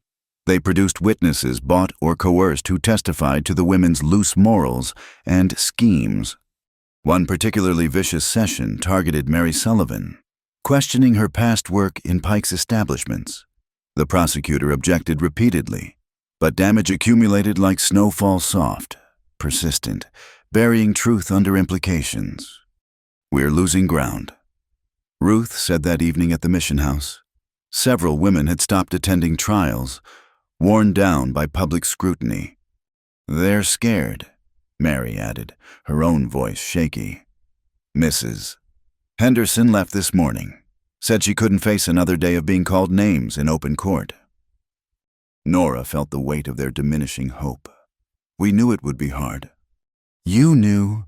The accusation came from a young woman named Clara. "You had Gideon, his protection. The rest of us are just whores in their eyes now." The word hung heavy in the air. Nora couldn't deny the truth in it. She had been shielded by Gideon's presence, his respectability lending her credibility others lacked. "Then we changed the narrative," Sister Catherine said firmly. "Stop letting them define the terms." "How?" Mary asked. "By showing what you've become, not just what you escaped." The next morning, Hutchins ran a special feature in the Herald, "The Women After Pike Building New Lives." Instead of focusing on victimization, it highlighted their current work Ruth managing the Ponderosa kitchen, Mary teaching at the mission school, others finding honest employment throughout the territory. Public sentiment began shifting. Letters of support arrived at the courthouse. Church groups organized rallies. When Mary testified again, the gallery was packed with sympathetic faces. But Pike's faction wasn't finished. Gideon found fresh horse tracks around his cabin, windows broken in the mission house. Threatening notes slipped under doors. The women traveled in groups now, never alone. "They're getting desperate," Marshal Dalton observed. Investigating the latest incident, desperate men do dangerous things. His prediction proved accurate. 3 nights later, fire broke out at the mission house. Only quick action by Sister Catherine and the women prevented tragedy, forming bucket brigades while flames licked at the roof. "Everyone out!" Gideon shouted, arriving with men from town. "Clara's missing," Mary screamed. "She went back for the trial documents." Without hesitation, Gideon plunged into the smoke. Endless seconds passed before he emerged, carrying Clara's unconscious form. She'd been struck from behind, left to burn with the evidence. "Attempted murder now," Judge Morrison said grimly the next morning. "This ends today." He issued bench warrants for Pike's remaining associates. Federal marshals swept through Cheyenne, aided by territorial police. The arson had crossed a line even corrupt officials couldn't ignore. Clara survived, though smoke had damaged her lungs. Her testimony from her sickbed was devastating. She'd seen one of Carver's associates before the blow fell. The net tightened inexorably. "I want to make a deal," Carver announced suddenly during his trial. The courtroom stirred. His lawyer looked stunned, Pike furious. But Carver continued. "Full testimony for reduced sentence. I know where the books are. The real books. Names, dates, amounts, everything." "Objection!" Pike's lawyer shouted. "Overruled. Mr. Carver, you understand what you're saying?" "I understand I'm not burning for Harlan Pike." Carver looked directly at his former employer. He ordered the fire, wanted the women silenced permanently if necessary. The revelation broke the case wide open.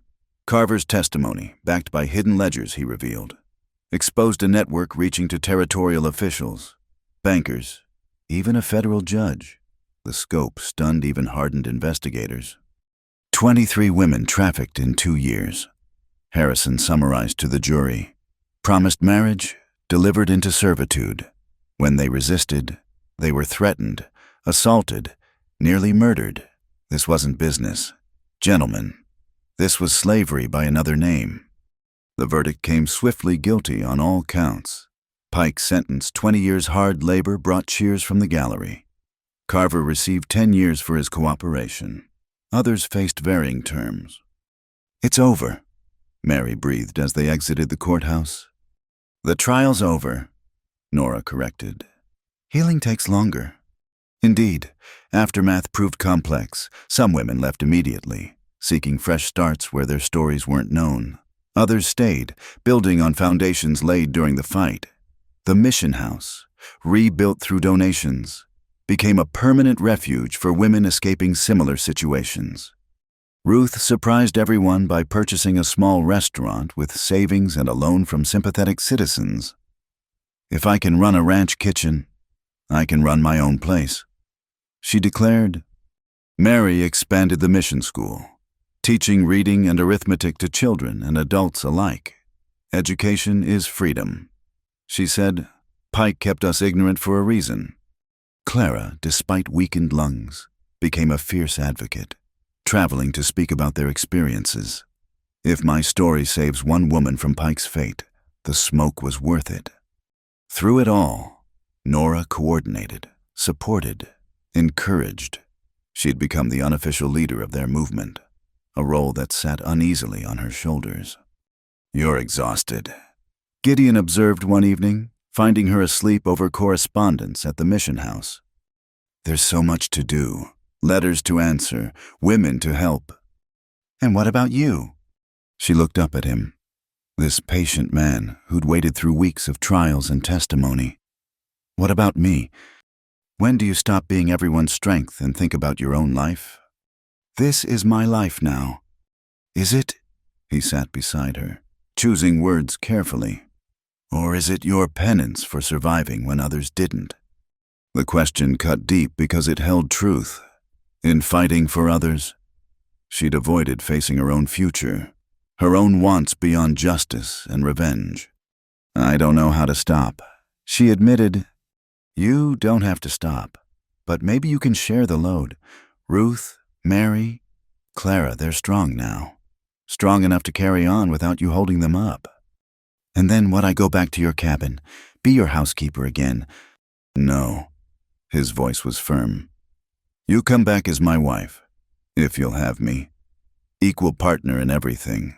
The ranch, the decisions, the life we build. The proposal, coming amid exhaustion and emotional upheaval, should have felt wrong. Instead, it felt like coming home after a long, difficult journey. Gideon. I'm not asking for an answer tonight. I'm asking you to think about it. About us. About a life where you're more than everyone's savior. He left her with the choice, as he'd left her with choices from the beginning. No pressure, no ultimatums, just possibility offered freely. That night, she lay in her narrow mission house bed, thinking. The trials were over.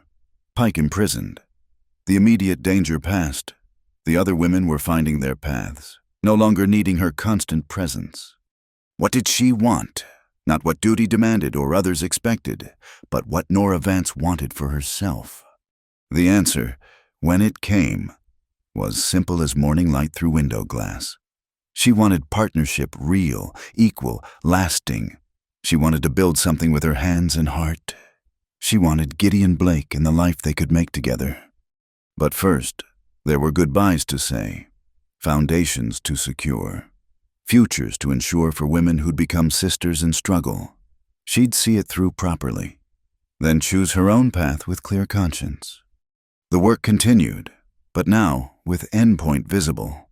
Not abandonment, but transition, passing responsibility to capable hands.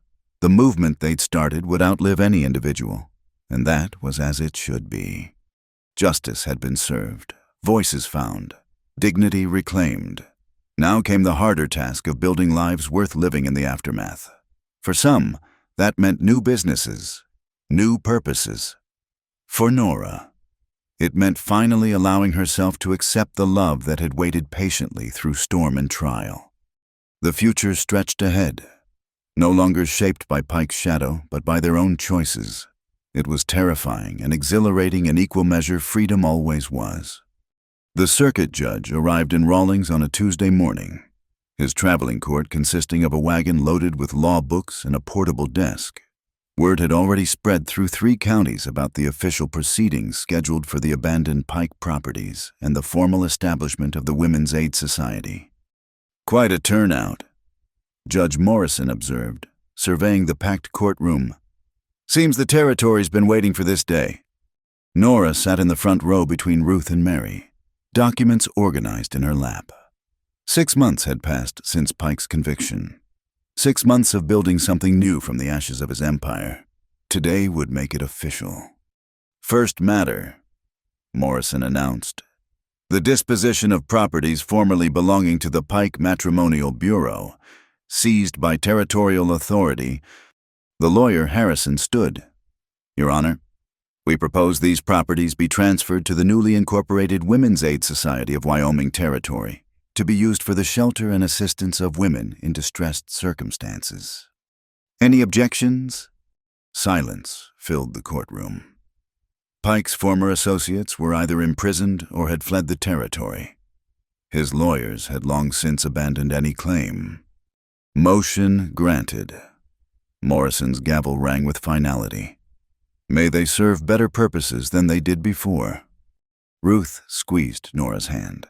The boarding houses that had been prisons would become havens. The offices that had processed human misery would offer genuine assistance. It felt like cosmic justice, balanced at last. Second matter, the formal incorporation of said society. Morrison looked directly at Nora.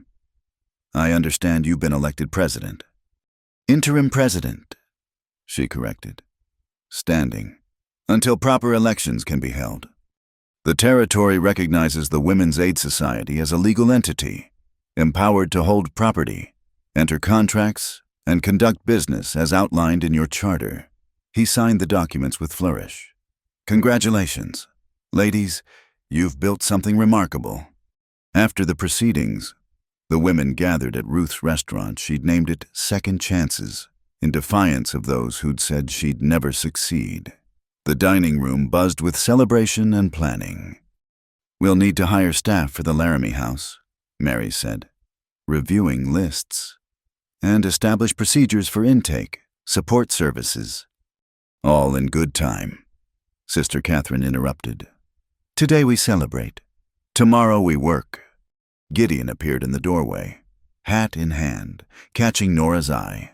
She excused herself, stepping onto the boardwalk where spring air carried the scent of possibility. Congratulations, he said simply. You did it. We did it, all of us. Yes, but you lit the match. He studied her face. You look tired. Good tired. Satisfied tired. She leaned against the hitching post. It's real now. Official. Even after we're gone, the society will continue. Women will have somewhere to turn. And now? The question hung between them like morning mist. She'd postponed this conversation for months. Always one more task, one more woman to help. But the foundation was solid now. The work in capable hands. I received a letter, she said carefully, from a group in Denver. They want me to come speak, help establish a similar organization there. His face didn't change, but something shifted in his eyes. That's good. Important work. It would mean traveling for several months, meeting with legislators, church groups, anyone who'll listen. She watched him absorb this. They're offering significant payment, enough to fund expansions here. You should go. Should I? She turned to face him fully. Or should I accept the proposal a patient man made months ago and start building a different kind of life? That proposal stands, he said quietly. But not if it means clipping your wings. What you've built here, what you could build elsewhere, I won't be the reason that stops. What if I said I was tired of building for everyone else? What if I wanted to build something for us? Hope flickered across his weathered features. Then I'd say the cabin needs expanding. Can't raise a family in one room. Family? The word caught in her throat. At 37, she'd thought that possibility had passed. If we're blessed, if not, then we'll fill our home other ways. The point is building it together. She thought of the Denver offer, the speaking tours, the endless correspondence, important work that others could do now. The movement would survive without her constant presence. She'd made sure of that. I need 2 weeks, she said, to transition responsibilities, train replacements. Then I come home for good. His smile transformed his face. Years falling away. I'll be waiting. Been getting good at that. The 2 weeks passed in a blur of activity. She worked with Mary on administrative procedures, with Ruth on financial management, with Clara on public speaking techniques. Each woman had found her strength during the trials. Now they were ready to lead.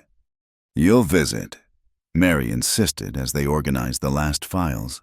We'll need your counsel. You won't need me as much as you think. Nora sealed a box of correspondence. You're ready for this, all of you. Royce Mercer appeared on her last day in town, older looking, shoulders bent with more than age. He stood awkwardly at the society office door until she acknowledged him. Mrs. Vance, I heard you were leaving. Mr. Mercer, she kept her tone neutral. Time had dulled the sharp edge of humiliation, but the scar remained. I wanted to, that is, he fumbled with his hat. I've made a donation to the society, substantial. It's not enough, but it's what I can do. She studied him, this man whose rejection had started her journey. without his cowardice at the train station? Would she have found her voice? Would the other women have found theirs? "Thank you," she said simply. "It will help many women." "I was wrong.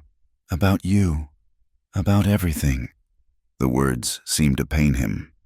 "I let pride and fear make my choices. You deserved better." "Yes, I did, but I found better on my own terms." He left with hunched shoulders, a man carrying the weight of choices poorly made.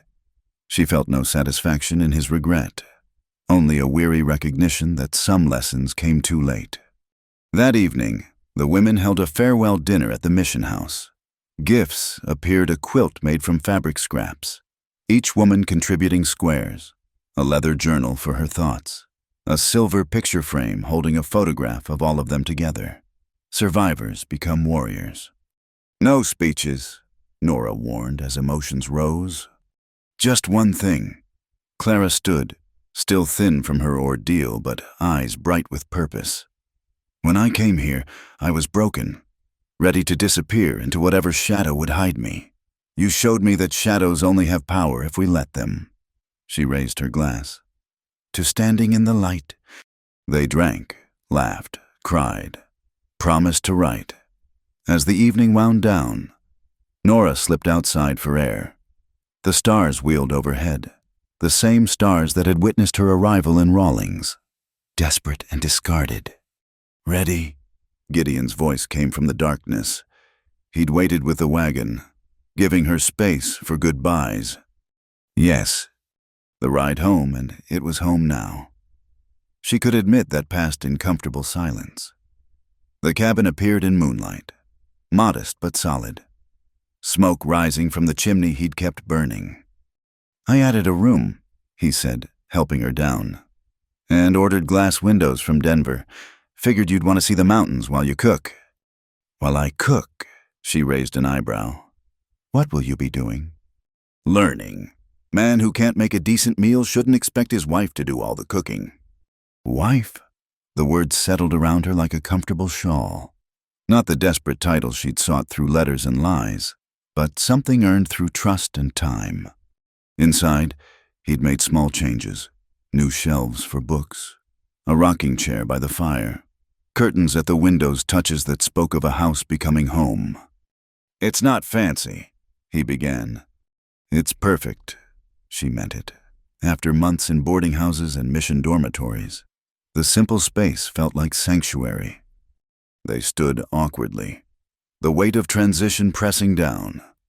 So much had changed since that snowy night when he'd offered shelter to a stranger. "Gideon." "Nora." They spoke simultaneously, laughed, tried again. "We should talk about expectations," she said. "I'm not the young bride you might have imagined, and I'm not the sophisticated man you might have wanted." He took her hands, calloused meeting calloused. "But I know how to work alongside someone, how to weather storms, how to build something that lasts. That's all I want. Partnership, honesty, the chance to choose each day instead of being chosen. Then we understand each other." The wedding, when it came, was simple. Judge Morrison presided in the Rawlings courthouse, the same room where Royce had been revealed as Pike's dupe. Ruth, Mary, and Clara attended, along with a handful of ranchers who'd come to respect both bride and groom. "Do you take this man?" Morrison asked. "I do." No hesitation now. She'd chosen with eyes wide open, knowing exactly who stood beside her. "Do you take this woman?" "I do." Gideon's voice carried the same certainty that had offered shelter to a stranger, the same steady strength that had stood guard through danger. "Then, by the authority vested in me by Wyoming territory, I pronounce you husband and wife." The kiss was brief, appropriate for public viewing, but promising more. As they signed the register, Nora noticed her name changing for the last time from desperate widow to discarded bride to fighter for justice to, finally, simply herself, Nora Blake, chosen and choosing in equal measure. The reception at Ruth's restaurant was joyful chaos. Stories were shared, toasts raised, hope celebrated. Even the townspeople who'd whispered about the bride no man wanted offered congratulations. Her transformation from scandal to inspiration complete. "No regrets?" Gideon asked as they finally headed home. "Wagon loaded with gifts and good wishes?" "None." She leaned against his shoulder, watching stars emerge. "You? Only that it took so long to find you." The cabin welcomed them back, fire burning low, shadows dancing on walls that would witness their life together. Outside, wind sang through pines. The same wind that had cut through her on that desperate platform. Now it sounded like music, like promise, like home. She thought of all the women still traveling west with hearts full of hope and carpetbags full of dreams. Some would find what they sought. Others would face betrayal and disappointment. But now, at least, they'd have somewhere to turn. The society would see to that. Her own journey from property to partner was complete. Tomorrow would bring ranch work, the slow building of shared life, perhaps the blessing of children, certainly the challenge of making a marriage between two strong-willed people who'd learned to stand alone. But tonight, in the circle of lamplight, with this good man's ring on her finger and their future stretching ahead like an unwritten page, Nora Blake finally understood what it meant to be truly free, not the absence of connection, but the power to choose those connections for herself. The fire settled with a shower of sparks. Somewhere in the darkness, an owl called, and in a cabin on the Wyoming frontier, two people began the careful, joyful work of building a life together, not because they had to, but because they chose to. Each day, each moment, each breath a declaration of independence and belonging both. The last of winter's ice cracked and fell from the eaves as Nora sorted through the morning mail. 6 months married, and still the letters came, women seeking advice, newspapers requesting interviews, legislators asking her to testify about protective laws. She'd become a name beyond Wyoming territory, a symbol of resistance. "Another one from Denver," she told Gideon, scanning the official letterhead. "They're passing new regulations on matrimonial agencies. Want me to speak at the signing." "Will you go?" She set the letter aside, watching him work leather for new reins. His hands moved with practiced certainty, the same steady competence he brought to everything. Not this time. Mary can represent the society. She's more than capable. He looked up, surprised. "That's 3 invitations you've declined." "And I'll likely decline 3 more." She moved to the window, looking out at their expanded garden plot. "I've done my part. Time for others to carry the torch." A rider appeared on the horizon, moving fast. Gideon set aside his work, hand instinctively checking for the rifle they still kept close. Old habits from dangerous times died hard. But the rider was young Tom Brennan, face flushed with urgency. "Mrs. Blake Ma sent me. There's news from Laramie about Pike." Nora's stomach clenched. "What news?" "He's dead, ma'am. Killed in prison 2 nights ago. Another inmate. They say dispute over cards." The words hit like physical blows. Dead.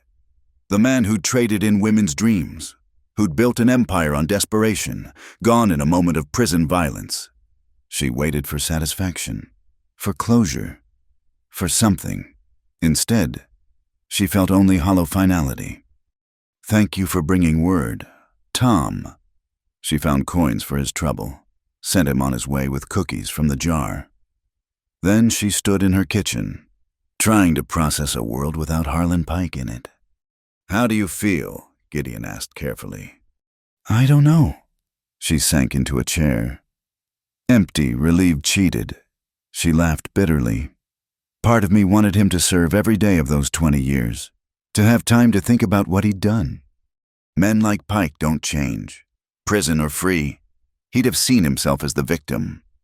"I know, but still..." She rubbed her temples. "It feels unfinished somehow. Maybe that's fitting. His story's done, but the work continues. The society, the laws changing, the women finding their voices, that's the real ending." Over the following days, More details emerged. Pike had been running card games, building another network even behind bars. The man who killed him was defending a younger inmate Pike had been pressuring. Even in prison, he'd been predator, not penitent. At least no one else will mourn him. Ruth wrote, "The world's lighter without his shadow." But others were already stepping into that shadow. The letters Nora received increasingly warned of new operations, subtler but similar. Men who'd learned from Pike's mistakes, who kept their trafficking less visible, their contracts more carefully worded. "It never ends, does it?" she said one evening, reading about a new employment agency in Denver that seemed suspiciously familiar. "Evil doesn't," Gideon agreed. "But neither does good. The society you built, the laws changing, the women watching out for each other, that doesn't end either." She'd been struggling with a decision for weeks, and Pike's death somehow crystallized it. The next morning, she penned a letter to the Denver group that had been courting her. "I'm proposing something different," she wrote. "Not speaking tours or testimony, but a training program. Bring women to Wyoming for intensive preparation, legal knowledge, self-defense, financial literacy. Create teachers, not just survivors." The response came swiftly, enthusiastically. Within a month, the first group arrived 8 women from various cities, some escaping situations like Pike's, others simply seeking to help. Nora housed them at the ranch, turning the barn into makeshift classroom. "Today we're discussing contract law," she announced to the assembled group. "Specifically, what makes a contract invalid?" She taught what she'd learned through bitter experience: how to recognize coercion, document abuse, find allies in hostile towns. Gideon contributed too, teaching basic firearms handling and self-defense. "A woman traveling alone needs more than hope," he told them. "She needs skills." One student, a young woman named Margaret from St. Louis, proved especially apartment. She'd narrowly escaped a placement agency that promised domestic work but delivered something darker. "I want to start something similar in Missouri," Margaret said. "But official, sanctioned, working with churches and women's groups." "That's exactly what we need," Nora encouraged. "Not one central organization, but networks everywhere. Too many to stop, too spread out to suppress." The program ran for 6 weeks. By the end, the women weren't just survivors, but advocates, armed with knowledge and purpose. They dispersed across the territories like seeds, each carrying plans for local societies, safe houses, warning networks. "You're building an army," Sister Catherine observed, visiting during the final week. "Building teachers," Nora corrected. "Each one will teach 10 more. Exponential growth." Pike would hate it. Women teaching women to protect themselves. Good. Let his legacy be the very thing he tried to prevent. As summer deepened, life settled into new rhythms. Mornings were ranch work. She'd become proficient with cattle, could string fence nearly as fast as Gideon. Afternoons brought correspondence, coordinating with a growing network. Evenings were theirs alone. Quiet hours by the fire where they existed as simply husband and wife. "Any regrets about the traveling life?" Gideon asked one such evening. "None." She looked around their expanded cabin. He'd added another room, anticipating needs not yet spoken. "This is where I belong. The work comes to me now, then goes out into the world. I don't need to chase it." "And if," he gestured vaguely at the new room, "if we're blessed with children," she smiled at his delicacy, "then they'll grow up seeing women as partners, not property, boys or girls. They'll know their worth isn't determined by others." The possibility hung between them, hopeful but uncertain. At her age, children were unlikely but not impossible. They'd decided to let nature take its course, building their life with room for whatever came. A letter arrived the next week that shook their quiet routine. Jed Carver, serving his 10 years, had written from prison. "Mrs. Blake," it read in careful script. I heard about Pike, also heard about your work. I know I got no right to ask anything, but there's something you should know. Pike kept records, real records. Not the ones the court saw. Hidden. I can tell you where. But I want something in return. It's a trap, Gideon said immediately. Maybe, or maybe Pike was too smart to keep all his eggs in one basket. She studied the letter. Carver wants education programs in the prison. Says men need to learn to see women as human before they're released. You're considering this. If there are more records, more names of women who need help. She sighed. I have to at least investigate. The trip to Wyoming Territorial Prison took 2 days. Carver met her in the visiting room, shackled but somehow less threatening than before. Prison had worn him down. Or perhaps conscience had finally found him. You came, he said simply. You have information. Share it or don't, but don't waste my time. He smiled thinly. Direct as always. He leaned forward, lowering his voice. Pike had a place in Cheyenne. Basement of the old mercantile building. False wall behind the furnace. Everything's their names, dates, amounts. But more important, his contact list. Men in positions of power who helped him. Why tell me now? Because I'm tired of looking over my shoulder. Some of those men want everyone who knew Pike dead. Figure if the information's public, there's no point killing me for it. Self-interest, but it rang true.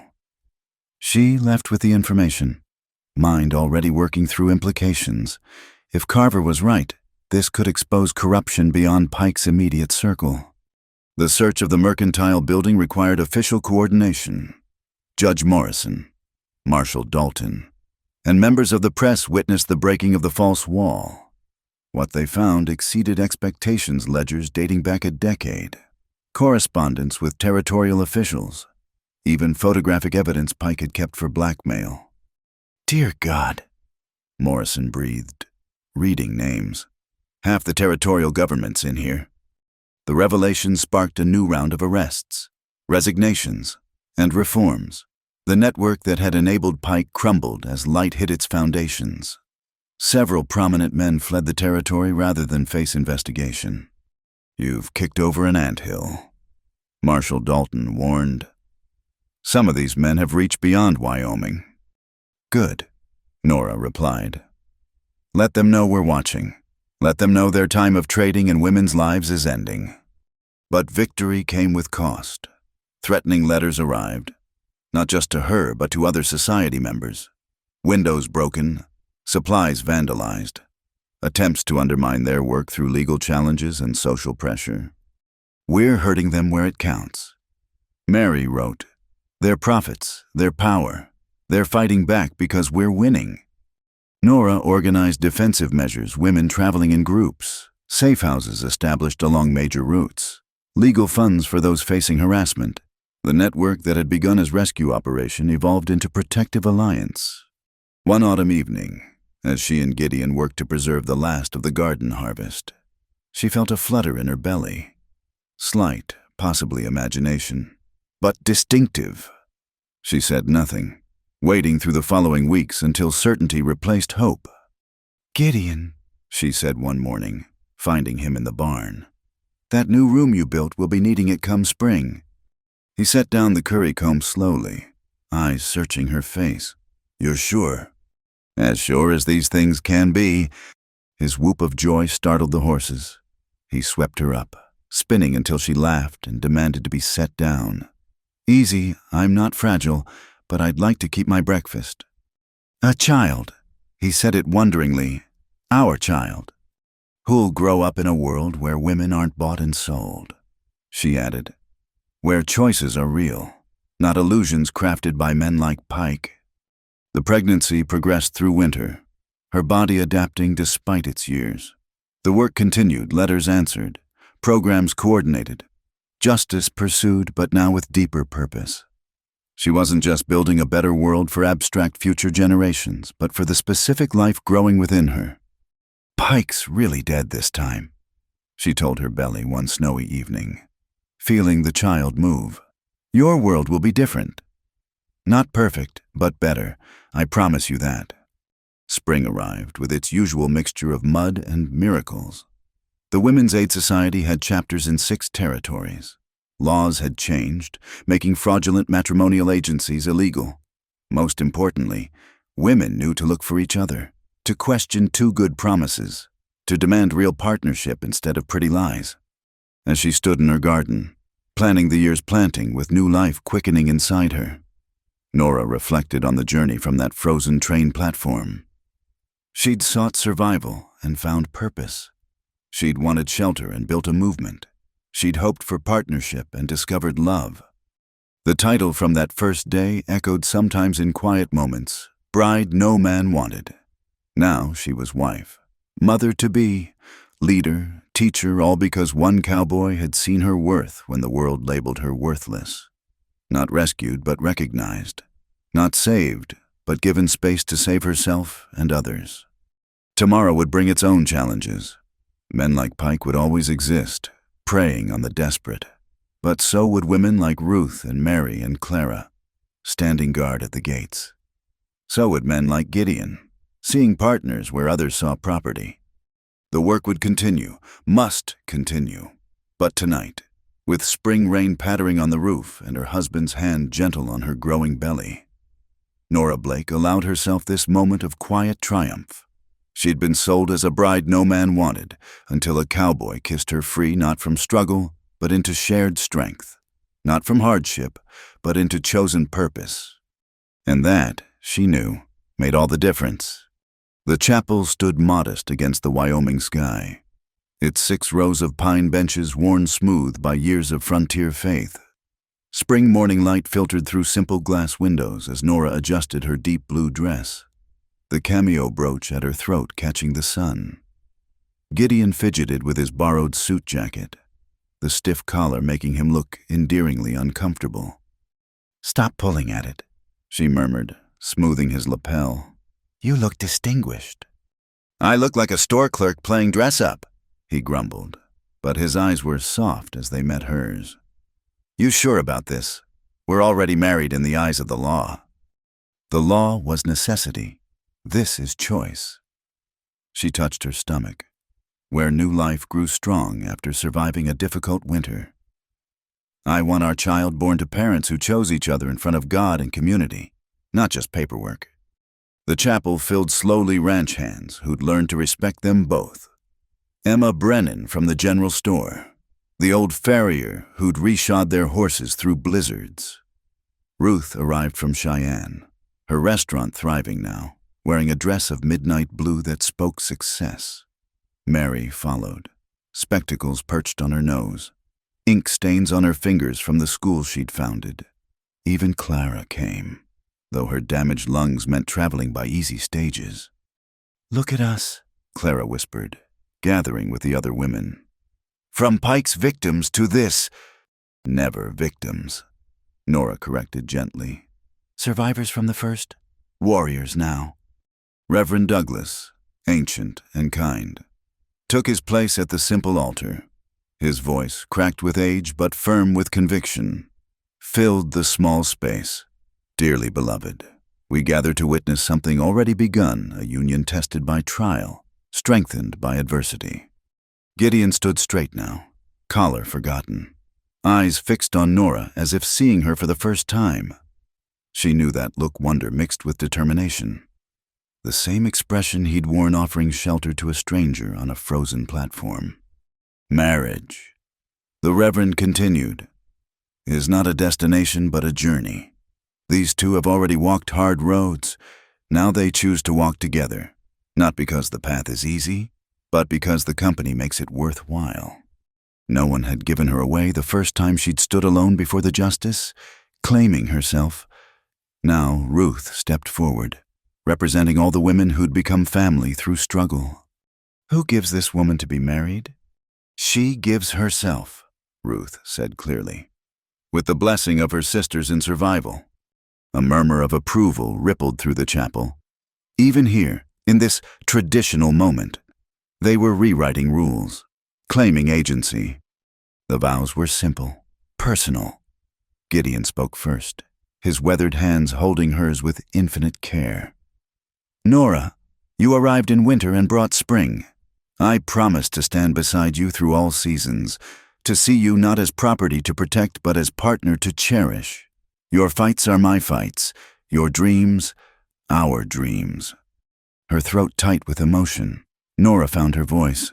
"Gideon, you offered shelter when the world offered judgment. You saw strength where others saw scandal. I promise to build our life with the same steady faith you showed a stranger, choosing each day not because I must, but because I want nothing more than to choose you." "The rings," Reverend Douglas prompted. Tom Brennan scrambled forward with the simple gold bands they'd commissioned from the local blacksmith. Nothing fancy. Just honest metal shaped by fire-fitting symbols for a love forged in adversity. As Gideon slipped the ring onto her finger, covering the mark left by her first marriage, he spoke the old words with new meaning. "With this ring I thee wed. With my body I thee worship. With all my worldly goods I thee endow." "Not your goods," she corrected softly, bringing a smile to his face. "Our goods. Partners. Remember." "Partners," he agreed, and the kiss that sealed their vows tasted of laughter and promise. "Ladies and gentlemen," Reverend Douglas announced, "I present to you Mr. and Mrs. Blake, united in law, blessed in faith, bound by choice." The celebration moved to Ruth's restaurant, commandeered for the occasion.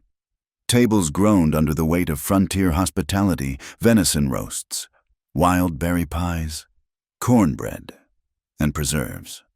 Stories flowed with the coffee, tales of survival becoming legends of resistance.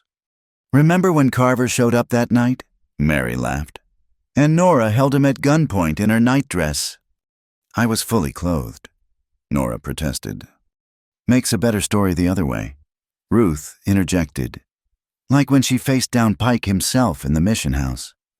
"We all faced him down," Nora reminded them. "That's why we won." As afternoon wore toward evening, gifts appeared, practical things mostly. New gardening tools, preserved seeds, a quilt stitched by the women of the Aid Society, with each square telling part of their story. But the most precious gift came in an unexpected form. Royce Mercer entered hesitantly, hat in hand, a young woman at his side. The room quieted, old wounds suddenly fresh. "Mrs. Blake," he said formally, "I hope I'm not intruding." "It's my wedding day. Mr. Mercer, state your business." "I came to—" He struggled, then gestured to his companion. "This is Anna Morrison, my wife. We married last month." Anna stepped forward, pretty but worn, with the watchful eyes of someone who'd learned caution. "I wanted to meet you, to thank you. If you hadn't exposed Pike's operation, I'd have been one of his victims. Your work saved me from that fate." The irony wasn't lost on anyone, Royce, who'd rejected Nora for being too old, married to a woman saved by the very person he'd spurned. "I'm glad you found happiness," Nora said, meaning it. "Both of you." "I also came to give you this." Royce produced an envelope. "It's a deed. That section of land I donated for the women's shelter, I'm doubling it. Anna's idea." "We want to help," Anna added, "to make sure no woman faces what you faced at that station." After they left, the celebration resumed with new energy. Emma Brennan stood, raising her cup, to second chances, and third ones, and as many as it takes to get things right. "To the women who said no," Clara added, voice still raspy but strong, "who refused to be sold. To the men who see partners, not property," Ruth continued, nodding to Gideon. "To the children who'll grow up in a better world," Mary finished, glancing meaningfully at Nora's midsection. They drank deeply, bonded by more than shared struggle now. They were architects of change, builders of new possibilities. As sunset painted the mountains purple and gold, Gideon and Nora finally escaped to their wagon. Wedding gifts filled the bed preserves and tools, and hope made tangible. The ride home was quiet, comfortable, the silence of two people who'd learned to exist in the same space without constant words. "No regrets?" Gideon asked as their cabin came into view. "About which part marrying you the first time or the second?" "Either, both, any of it." She considered the question seriously. "I regret the pain that brought me here. The women who didn't escape Pike, the ones still trapped by men like him, but regret this." She gestured at their home, their life, the future growing within her. "Never." Inside, he'd prepared surprises, wildflowers in a mason jar on the table, new curtains at the windows, store-bought, not homemade, a rocking chair by the fireplace, carved with delicate flowers. "For later," he said, sudden shyness overtaking him, "when the baby comes." "It's beautiful." She ran her fingers over the smooth wood. "You made this?" "Started it the day you told me. Figured our child deserved something special to rock in." She kissed him then, pouring into it all the words she couldn't quite form: gratitude for his patience, wonder at their journey, joy in their future. When they parted, both were breathless. "Mrs. Blake," he said formally, then grinned. "Twice over now." "Mr. Blake," she replied, matching his tone. "Husband by choice, partner in truth." They prepared for bed with the easy rhythm of months of practice, moving around each other in the small space like dancers who'd learned each other's steps. As she brushed her hair silver threading through more noticeably, now she caught him watching in the small mirror. "What?" "Just thinking about that woman on the train platform, how lost she looked." She was lost, but she found her way. With help. He came behind her, hands gentle on her shoulders. We found our way together. Outside, spring wind sang through the pines, carrying the scent of new growth and possibility. Inside, lamplight painted their shadows on the wall, not one alone anymore, but two intertwined, soon to be three. "Tell me about the Aid Society meeting next week," he said as they settled into bed. "Margaret's coming from Missouri. She's established 3 safe houses along the railroad routes. And there's a lawyer in Denver who wants to draft model legislation. The work never stops." "No, but it changes, grows, like we do." She felt the baby move, placed his hand where he could feel it too. "This little one will never know a world where women are cargo, where marriage is a trap instead of a choice. Because of you. Because of all of us, you included." She turned to face him in the darkness. "You could have just given me a night's shelter and sent me on. Instead, you gave me space to become myself." "You were always yourself, just needed room to show it." They lay quiet then, listening to the night sounds wind in the eaves. Distant cattle, the settling of a house that had become a home. Tomorrow would bring its challenges, letters to answer, programs to coordinate, a child to prepare for. The work of building a better world never ended. But tonight, in this moment, Nora Blake rested complete. She'd begun as a woman desperate enough to answer advertisements, been labeled as goods no one wanted, face those who saw her as property to be reclaimed. Now she lay beside a man who'd recognized her worth when the world dismissed it, carrying a child who would never question women's full humanity, surrounded by a network of warriors disguised as ordinary women. The old phrase echoed one last time in her mind. She was sold as a bride no man wanted until a cowboy kissed her free. But the freedom hadn't come from his kiss. It had come from her choice to accept shelter without surrendering dignity, to fight for others while healing herself, to build love on the foundation of respect rather than desperation. The kiss had simply been recognition, one human seeing another clearly, choosing partnership over possession, and in that choice, repeated daily in small acts and large decisions, lay the true revolution, not in grand gestures, but in quiet insistence that every person deserved to choose their own path, write their own story, claim their own worth. As sleep took her, Nora smiled, Tomorrow she'd wake to face new battles with old enemies who thought women were commodities. But she wouldn't face them alone. None of them would, ever again.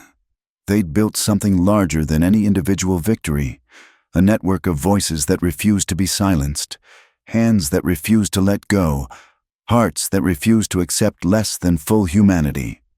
And it had all started with a woman standing on a frozen platform, abandoned but not broken, choosing to step into a stranger's wagon and toward an uncertain future. That choice had changed everything. For her, for the women who followed, for the children yet to be born into a world made broader by their mother's courage. The fire burned low in the hearth, casting dancing shadows on the walls. Outside, Wyoming stretched endless under stars, harsh and beautiful and full of possibility. Inside, two people who'd found each other against all odds held tight to their chosen future. Proof that sometimes the best stories begin with the worst moments, and the strongest loves grow from the rockiest soil. In the morning, there would be coffee and chores and the continuing work of revolution disguised as daily life. But for now, there was the quiet breathing of a good man, the flutter of new life within her, and the certain knowledge that she was exactly where she belonged, not because anyone had put her there, but because she'd chosen it for herself. And that, more than any ring or ceremony or paper, was what made her truly free. Thank you for listening to this story from the Wild West. If you enjoyed this tale of courage and love, please let us know where you're listening from in the comments below. We'd love to connect with our audience around the world. Don't forget to subscribe to the From Wild West channel and share your thoughts about Nora and Gideon's journey. What touched you most about their story? We read every comment and love hearing from you.